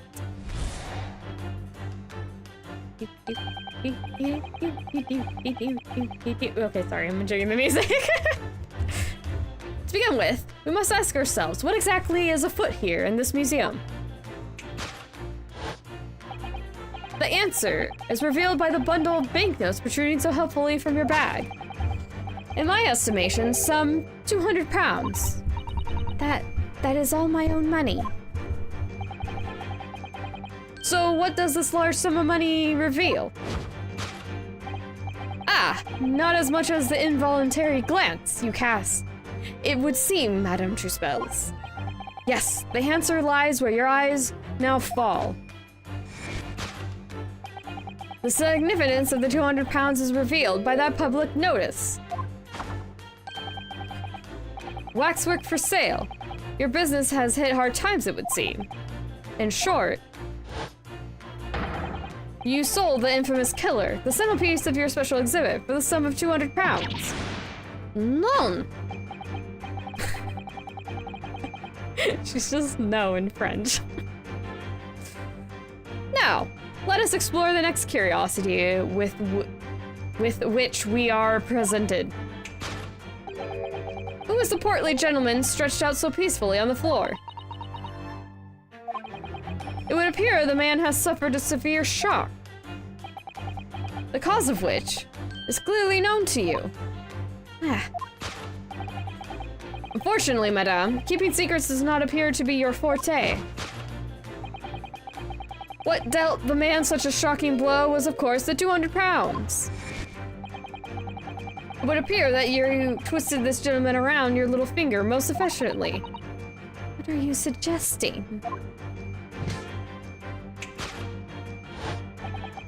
He rashly agreed to purchase the waxwork for the sum of 200 pounds. Only when he came to hand the money over did it occur to him what an exorbitant amount he was paying. But the money was no longer in his hands. And the result? The scene we see before us. He collapsed in shock. Yes, the killer in the special exhibit fetched a killer price. We can only pray that the gentleman's dreams are not plagued with regret. He's so confident about these. Let's see, what's this one? Waxwork location. The question that arises then is what has become of the waxwork that changed hands? Let us consider that problem for a moment. You cannot possibly. What immediately strikes me about this conundrum is the young man standing over there. Who is this fellow? To find the answer, we need only observe his neckerchief. Such is worn by a policeman as a secret sign to fellow members of the force that a crime has been perpetrated. Yes, this young man is an undercover policeman, currently investigating this museum. I know him well, in fact. It's Sergeant John Clay. What are you talking about? The man's quite a celebrity. He received triple accolades at last year's policing awards. Why do I doubt? But... Next, we turn our attention to the old man sitting before him with a particularly unsightly visage. I've been watching closely, and he hasn't moved a muscle. Almost, in fact, as if he were a waxwork. Yeah, but you... Your action only confirms my suspicions, madame. I noticed at once, of course. Observe. The telltale sign that instantly proves whether or not this old man is a waxwork is an obvious price tag. Tuppence. A tragically low price, you might say. Though perhaps the going rate for aging waxwork riddled with cracks. And yet you sold it to the portly gentleman for exorbitant 200 pounds. The sort of plucky behavior that's sure to attract the attention of Scotland Yard. Isn't that so, madame? I do not... Yes, the waxwork you sold has already been seized by the police and remains in their custody as we speak. The old man must be reunited with his grave in the special exhibit, and not a moment too soon.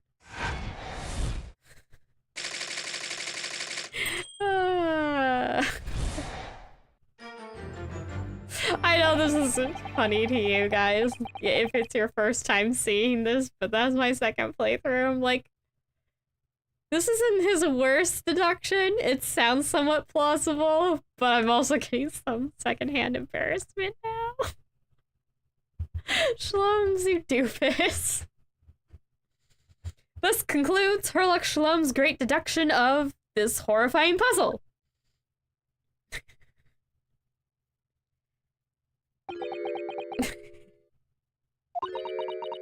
Everyone's fun speech. True cells! Madam True cells! She's gonna throw him into the cauldron!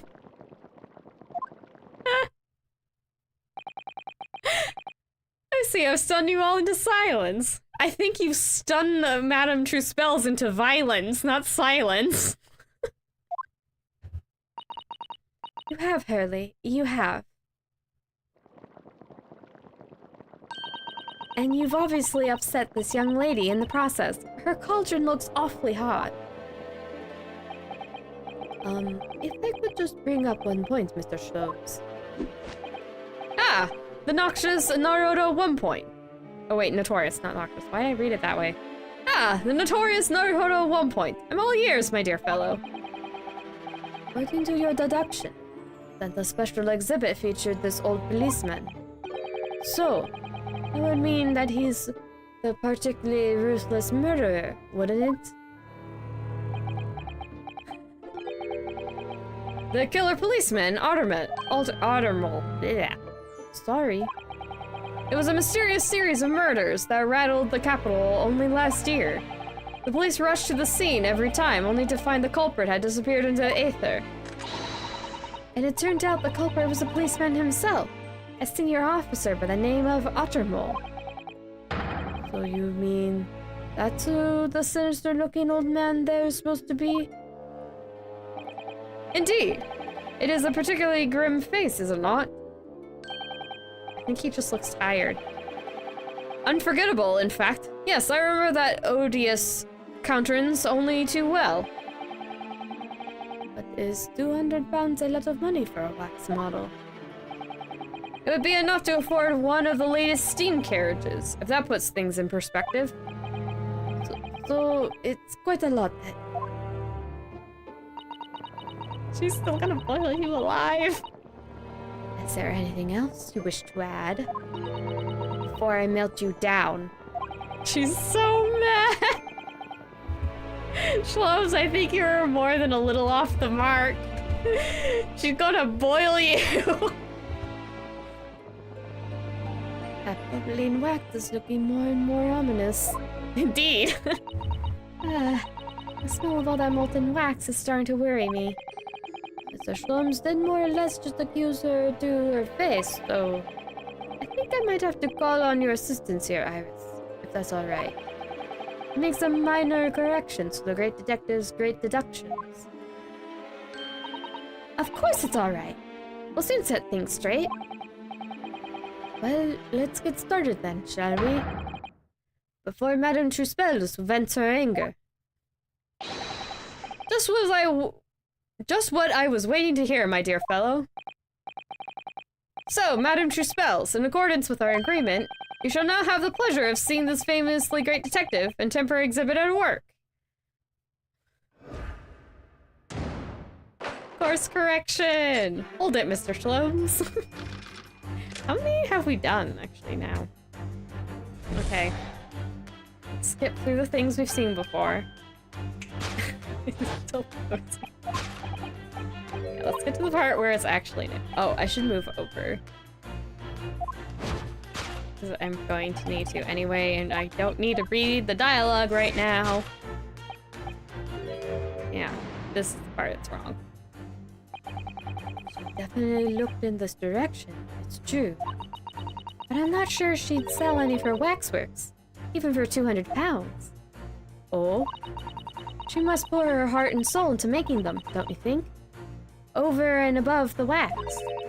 If it were me, I wouldn't sell them for anything. I mean,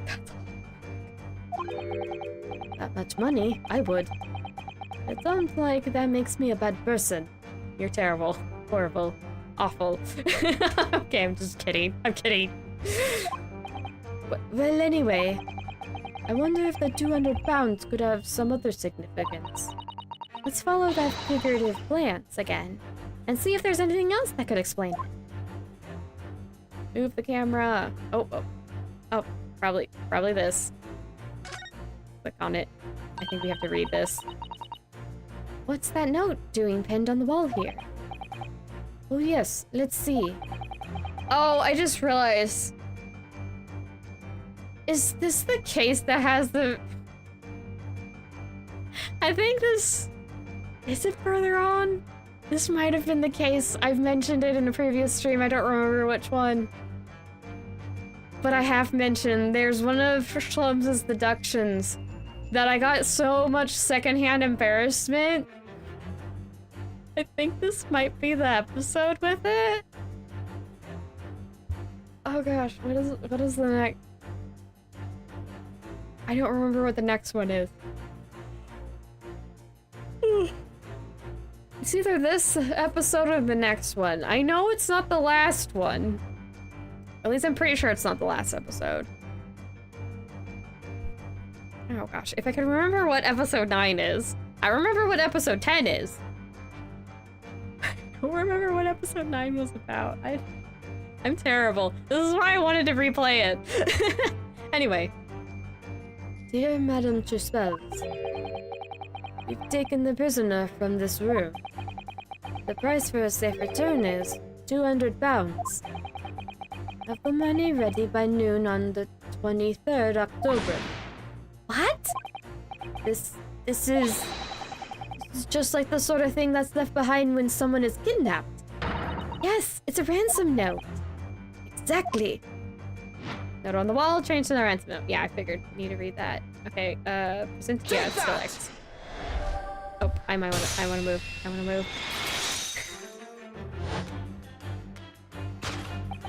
The significance of the 200 pounds is revealed by that ransom note. Quite so! We must congratulate these criminals on their inventiveness, abducting a waxwork. 200 pounds is no small ransom fee, yet you clearly intend to pay it. The model in question has special importance, so I put together all the money I have. In summary then, the 200 pounds you have in your handbag is ransom money. Now, let us explore the next curiosity which we are presented. And we are skipping through this unless... Yeah, we've seen this. Clearly, okay, let me go a little slower now that we've collected something. Okay, yeah, no. Got to this. I'm like, I don't know if it's gonna change or not, but no, it's just the next bit. So the waxwork was kidnapped. How does that leave us in terms of who this man is? We could just ask him when he comes round. I think the point of this exercise is to understand the beauty of the deduction process, Iris. Yes, you're right. Hurley's trying so hard. We mustn't let him down. Well, there's little doubt that he suffered a shock.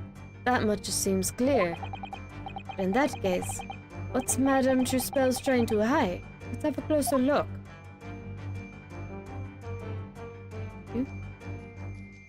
There's that. That doesn't look like... Oh wait, I'm kind of blocking. Hold on. I'm like, I know what to look for because I remember, but at the same time... Yeah, you can kind of see... Yeah, she's holding an arm. Like that. This is just Madame Truspel's right hand, isn't it? Yes, it must be. I can clearly see her left hand after all. Oh, but wait a minute. This is a left hand as well, look. Don't say such creepy things, Iris, please. And it seems very stiff too. In fact, it's really hard. You mean it's made of wax? Yes, it's made of wax. It's not her actual hand, Ryunosuke. Take that!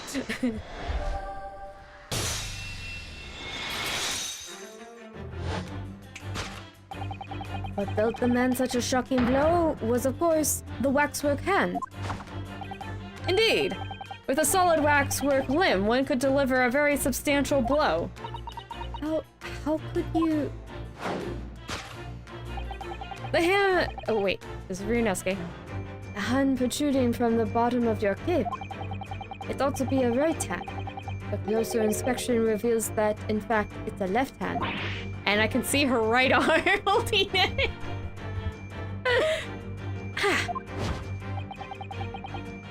And somewhat masculine as well. In other words, it does not belong to you, madame. It's the hand of a waxwork model. Yeah! I forgot that. Arm. Some of the visitors to my museum can be troublesome. They meddle with the exhibits and cause damage. So you mean that arm? Yes, this gentleman saw fit to try to remove it as a souvenir. Ryunosuke is not impressed. No small keepsake. Taking a whole branch of a cherry tree, you go to view the blossoms. I'm afraid I had to teach the man a lesson. You confronted the man and tried to take the arm back. And the result? The scene we see before us. He was knocked unconscious. And this is... Oh wait, no, this is kind of new.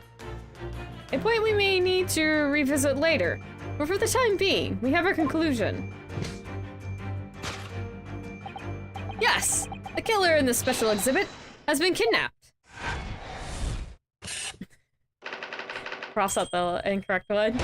Kidnap! Solved. Alright. Waxwork location. See if we can solve this. Yeah, let's get to the part we can actually do something. Yeah. What does this mean? This thing about a person? According to Mr. Shlums, the yellow handkerchief is a sign to other policemen that some crime is underway. A way of communicating with his colleagues without revealing his identity, yes. It's a secret that's closely guarded by Scotland Yard. Mr. Shlums didn't hesitate to give away. Well, uncovering secrets is any true detective's nature, of course. Right. Anyway, judging from Madame Truspel's reaction to Mr. Shlom's deduction, I think perhaps we might not have identified the man quite correctly. Yeah, because he's a mannequin. Wait, can I just... I think we can just present this right away. Let me try.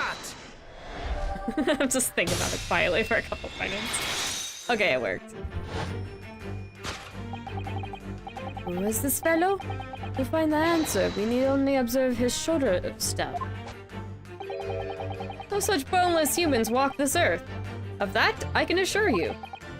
In other words, the man standing here, the young Sergeant John Clay, is in fact defying all odds. A waxwork model. Are you sure you didn't notice that before, Shalom? You big goober. I seem to remember it was you who concluded he was a real person in the first place, Mr. Shloms. Like a Ryunosuke, he's just asking Shloms. Ah. He's like quiet. He has become quite a celebrity in London, being the winner of no less than 3 policing awards last year. I simply had to make a model of the man. Naturally. What other explanation could there be?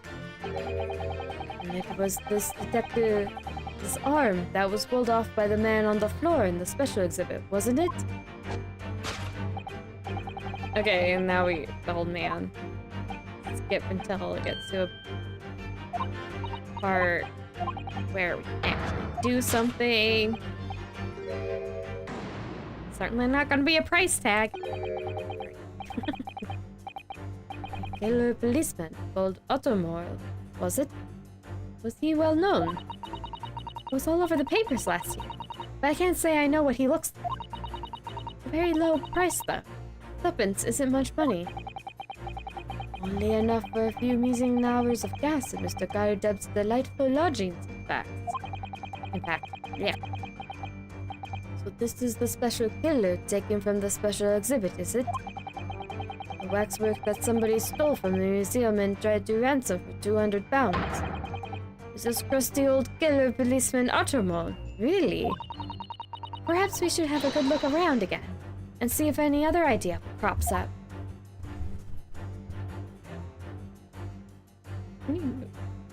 Okay. Oh, his leg's moving. Oh, I think this is another one where I think just present. Yep. Telltale sign that instantly proves whether or not this old man is a waxwork. Has an obvious twitch. Even the most realistic waxworks do not exhibit a twitch. In other words, the splendid old man is in fact a genuine member of Scotland Yard. Slight shift in your choice of adjectives there, then. And there you have it. Well, Madame Truspels? Well, what? It was me who contacted the police and demanded that someone come in the first place. He is clearly fatigued, and he is sound asleep. But then, what's this price tag about? Showing a price of 3 pence? No doubt the price of the muffler. Scarf. with the old Bobby purchased recently at a local market. Wait, isn't that the scarf?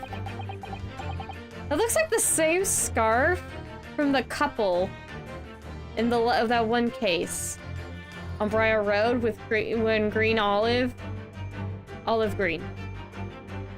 Yeah, that was it. Got a knife in her bag. It looks like the same scarf, right? From that couple. I don't remember what they were called. And I presume you've observed the scarf tied around his arm. Does that not strike you, Mr. Naruhodo? Yes, a secret sign used by detectives to show that some criminal activity is currently underway. Of course, because as you know, there has just such... Okay, take two. Of course, because as you know, there has been just such criminal activity happening here. As you deduced from the very beginning, Detective. So, it would seem that we finally arrived at the truth. Pose. The dynamic mystery-solving duo. The waxwork of the especially ruthless killer from the special exhibit has been kidnapped.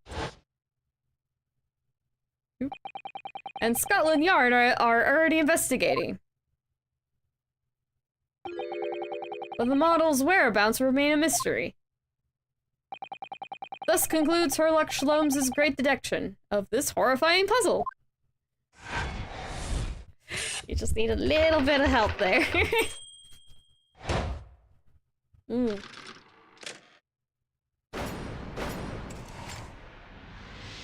Deduction complete. Elementary. And I got water. All sorts of people visit my museum here. Men and women, young and old. Sometimes they drop in just for a short time on their way back from the pub. I welcome them all.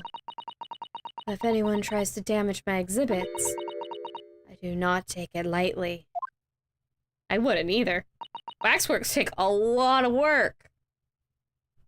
Anyway.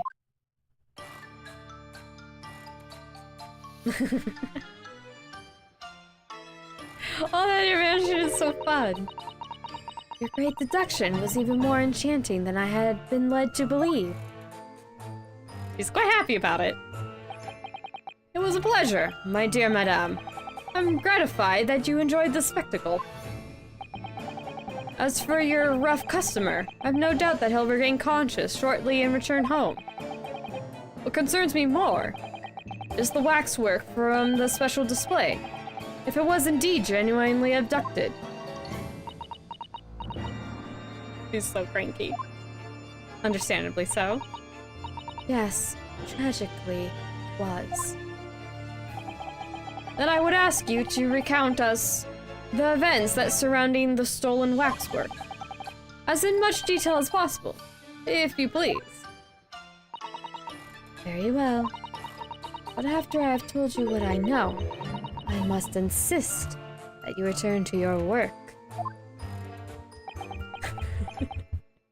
Don't take the Madame True Spells lightly there, Sholmes. Yep, there he goes. The talents of a great detective could be put to better use, I feel. But as you wish.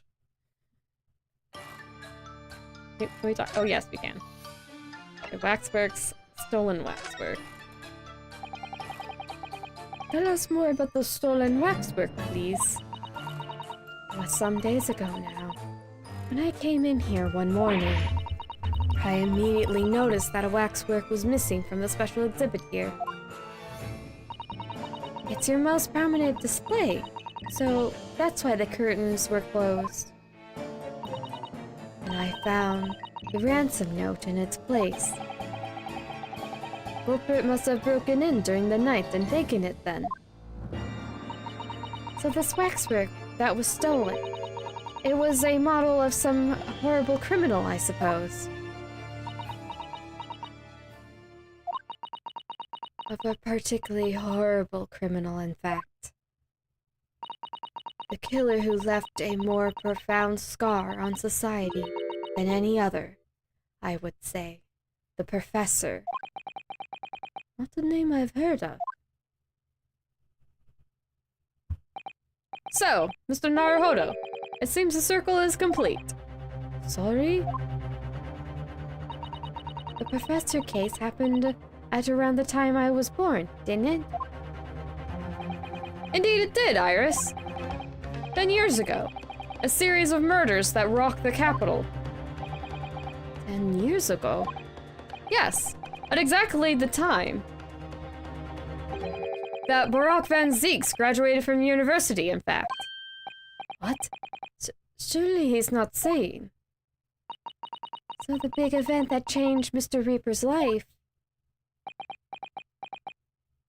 Oh, Slums looks upset. He's very upset. As you surmised, it was a professor case. Who was this professor then? Professor. The professor. We're getting into it. Yay. It was a series of gruesome murders that had all of London gripped in terror a decade ago. After 5 victims were killed, the man was arrested, put to death. And now he's immortalized here in wax for all Londoners to admire and enjoy. Though, of course, he happens to be absent at present on account of the abduction. But I don't understand. How is it all this related to Lord Van Zieks? You must first understand, my dear fellow, why it is that the professor earned such infamy. It was due to the victims he chose, some of Whitehall's finest. What do you mean, Hurley? Those murdered by the professor were some of the highest members of British aristocracy.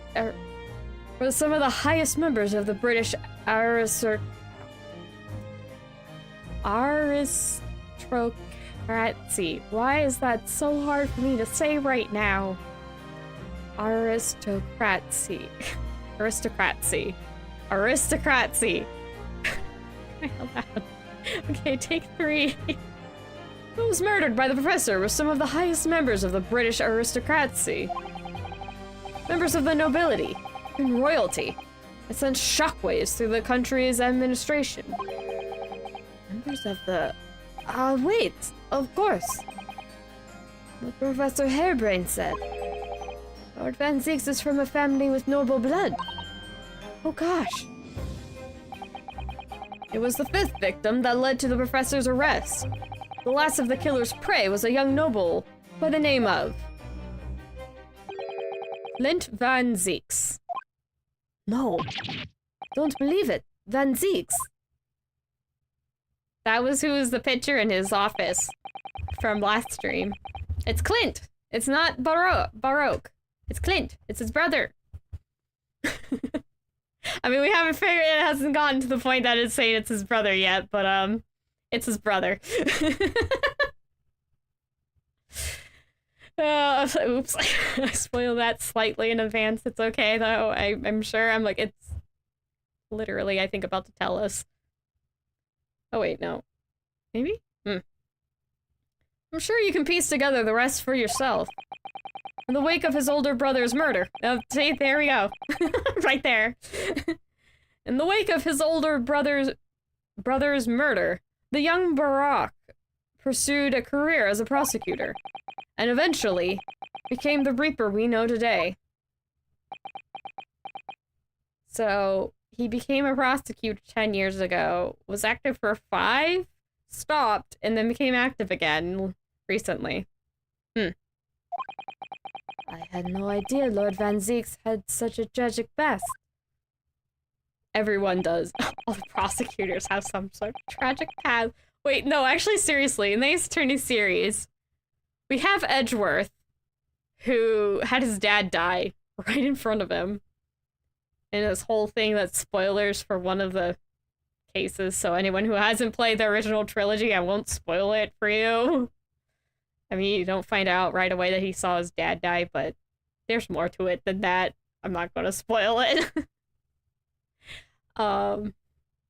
There's the prosecutor, Manfred von Karma. He's just a jerk. I mean, he's got tragedy, but I don't like him, so I don't... Moving on. Francisca.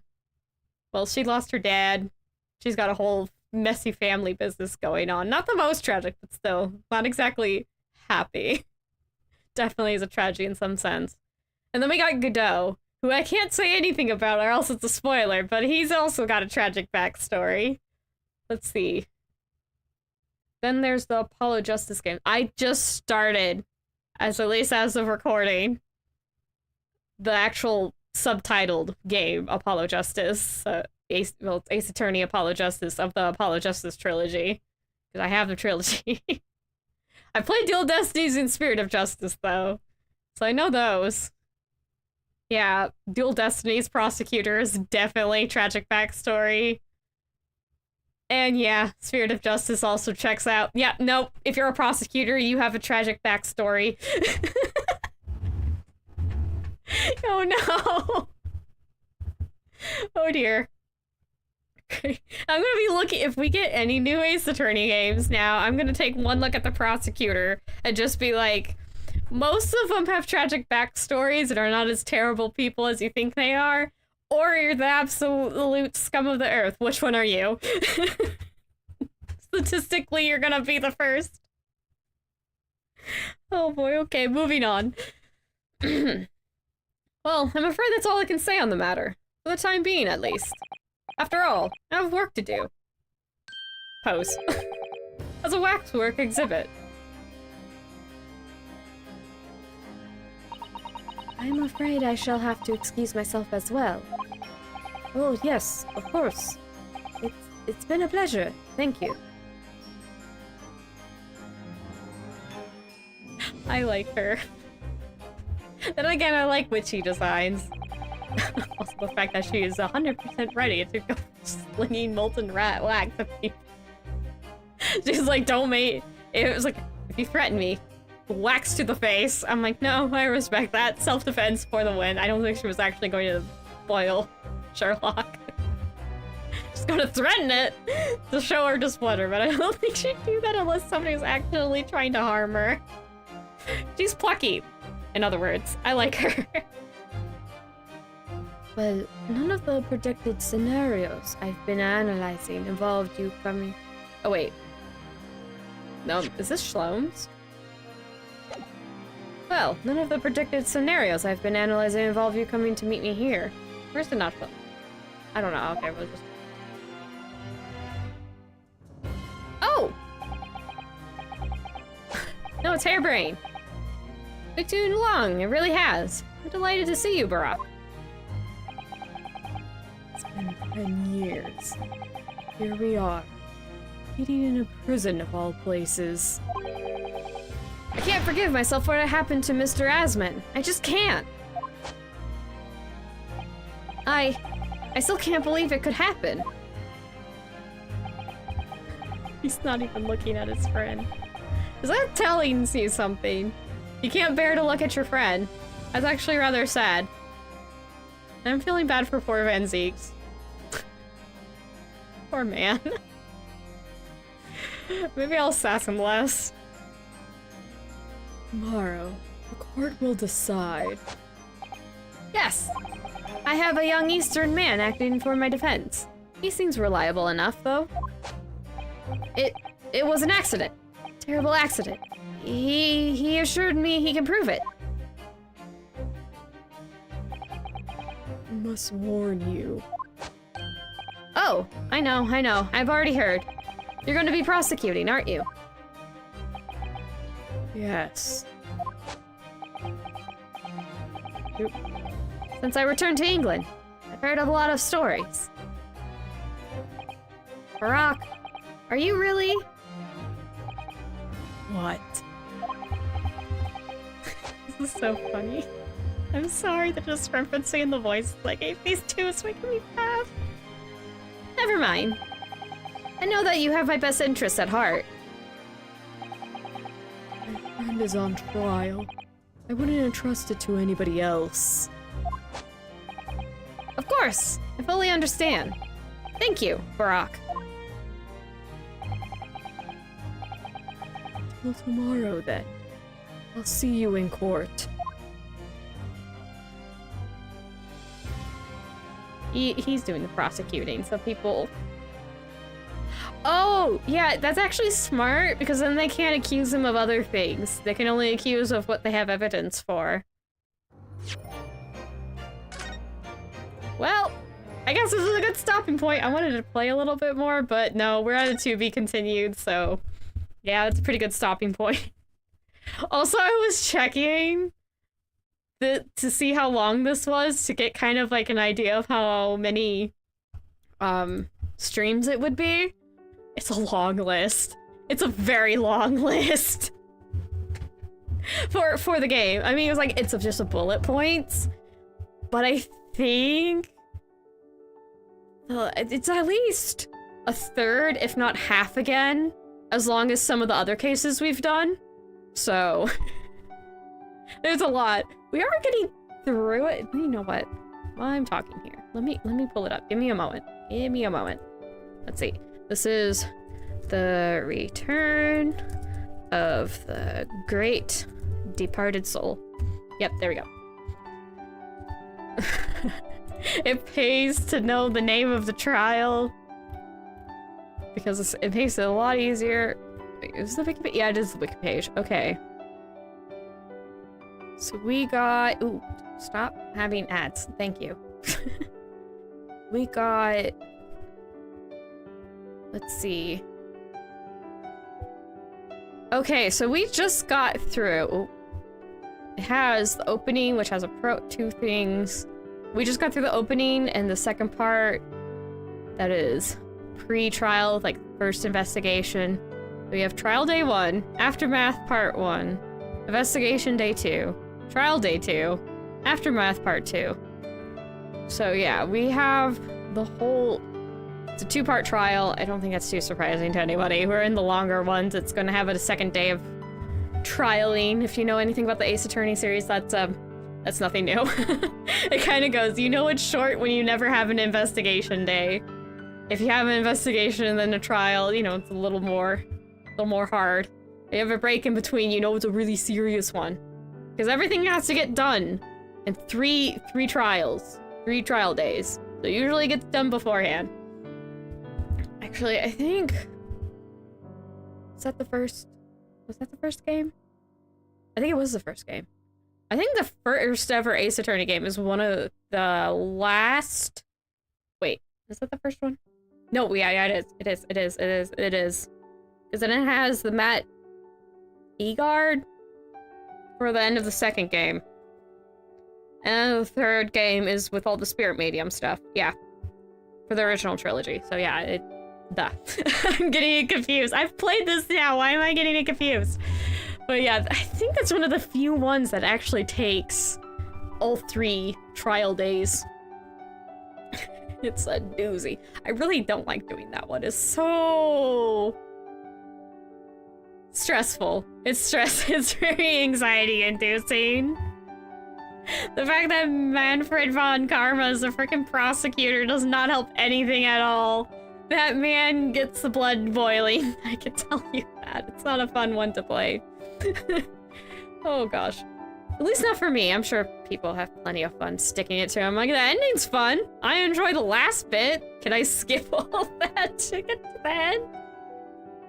But anyway. All of these trials, thankfully, all the great Ace Attorney trials, I'm like, there's nothing aggravating about playing through them.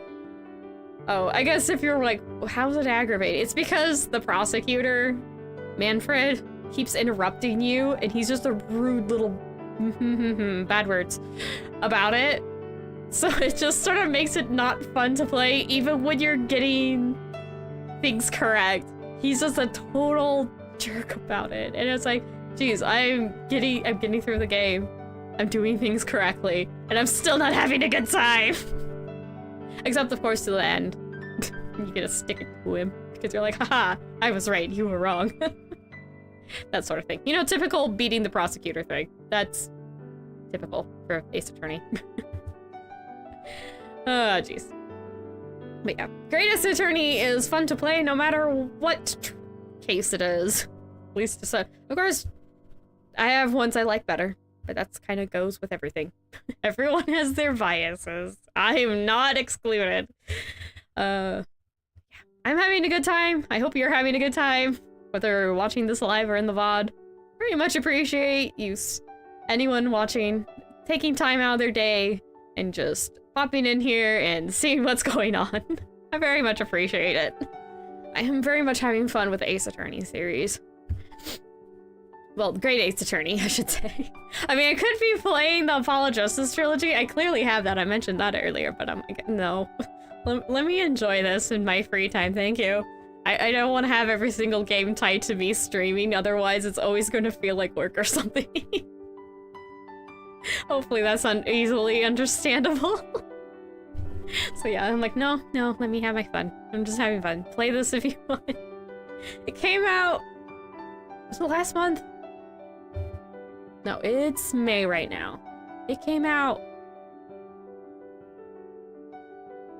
this year, I know that. I don't remember the month right now. But it's recent, so you should be able to find a copy for yourself, so. I did not play it day one, so there you go.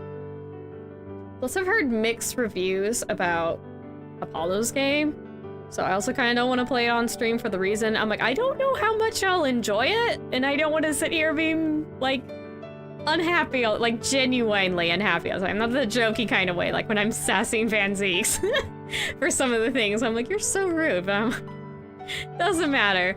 I mean, I know he's, just to avoid some words because YouTube, he's a jerk towards certain groups of, he's a jerk towards Japanese people. But this is also a Japanese-made game, so I'm like, it's kind of not as bad because I'm like, I really doubt the Japanese developers made this man say or act anything too terrible. It's why I'm not too fussed about it, because I'm like, Japanese people wrote this game, and it's not like some expose on that sort of thing, so I'm like, I really, really doubt they wrote anything too offensive unless it happens to, like, hit a person's button in particular. So, yeah, that's why I'm not too harsh on Van Zieks. It's because I'm like, a Japanese person wrote this, and they're not trying to make him, like, the biggest jerk in the world. They're just kind of make him, you're just kind of write him to look at him and be like, you're an idiot. You're like a really big idiot, aren't you? That's it, so. I've never really mentioned it because I'm like, I know it's a hot topic. I try not to mention hot topics. I don't need anybody getting fluffed in the feathers, as it were. Metaphorically speaking. But still, I hope it's still enjoyable. That's also why I give Van Zieks shite sometimes, but I'll lay off of it. We'll be getting into stuff. It's gonna be a good time. I'm excited. I really am. I'm really excited. We finally got the professor mentioned. I'm like, yes, I can talk about things. If I mention something or go, oh, like I've had so many moments going, oh, that's foreshadowing for this, and ooh, I see how clever that little bit of dialogue is. I see what you're doing there, but I'm like, I have to not say anything. We're finally getting into the big stuff, so I'm like, I don't have to be mums the word so much. I can actually point it out at this point. I can be like, ooh, look, foreshadowing, people. Because we have more information. So yes, I am very much looking forward to getting more into this game. If my excitement, enthusiasm, the fact that I'm tripping up words is... I'm having an off day. But my enthusiasm, I hope, is showing through, because I really, really do like this game. You know, overall, there's definitely always some parts where I'm like, ah. As there always is, but they are vastly overshadowed by how good this game is. Like, this time around, I'm noticing the animations are picking up a bit. We get some more animations and more like little scenes put together, characters in the environment looking around. I'm like, huh, I didn't notice that before, but that actually picks up right now. That's cool. You can tell they're like, we're spending more of the budget on the last 3 big cases. I'll have to see what the next one is. I really don't remember what the next case is about. I'm like, can't remember if it relates to this one. It might be tied to this one. That's why I can't remember it as a separate thing. Do I still have it pulled up? But the internet? Yes, I do. What is the next case?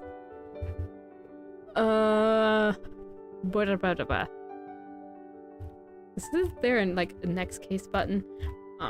They don't have that. Sometimes they do on the pages. Maybe they do at the end. Let me look.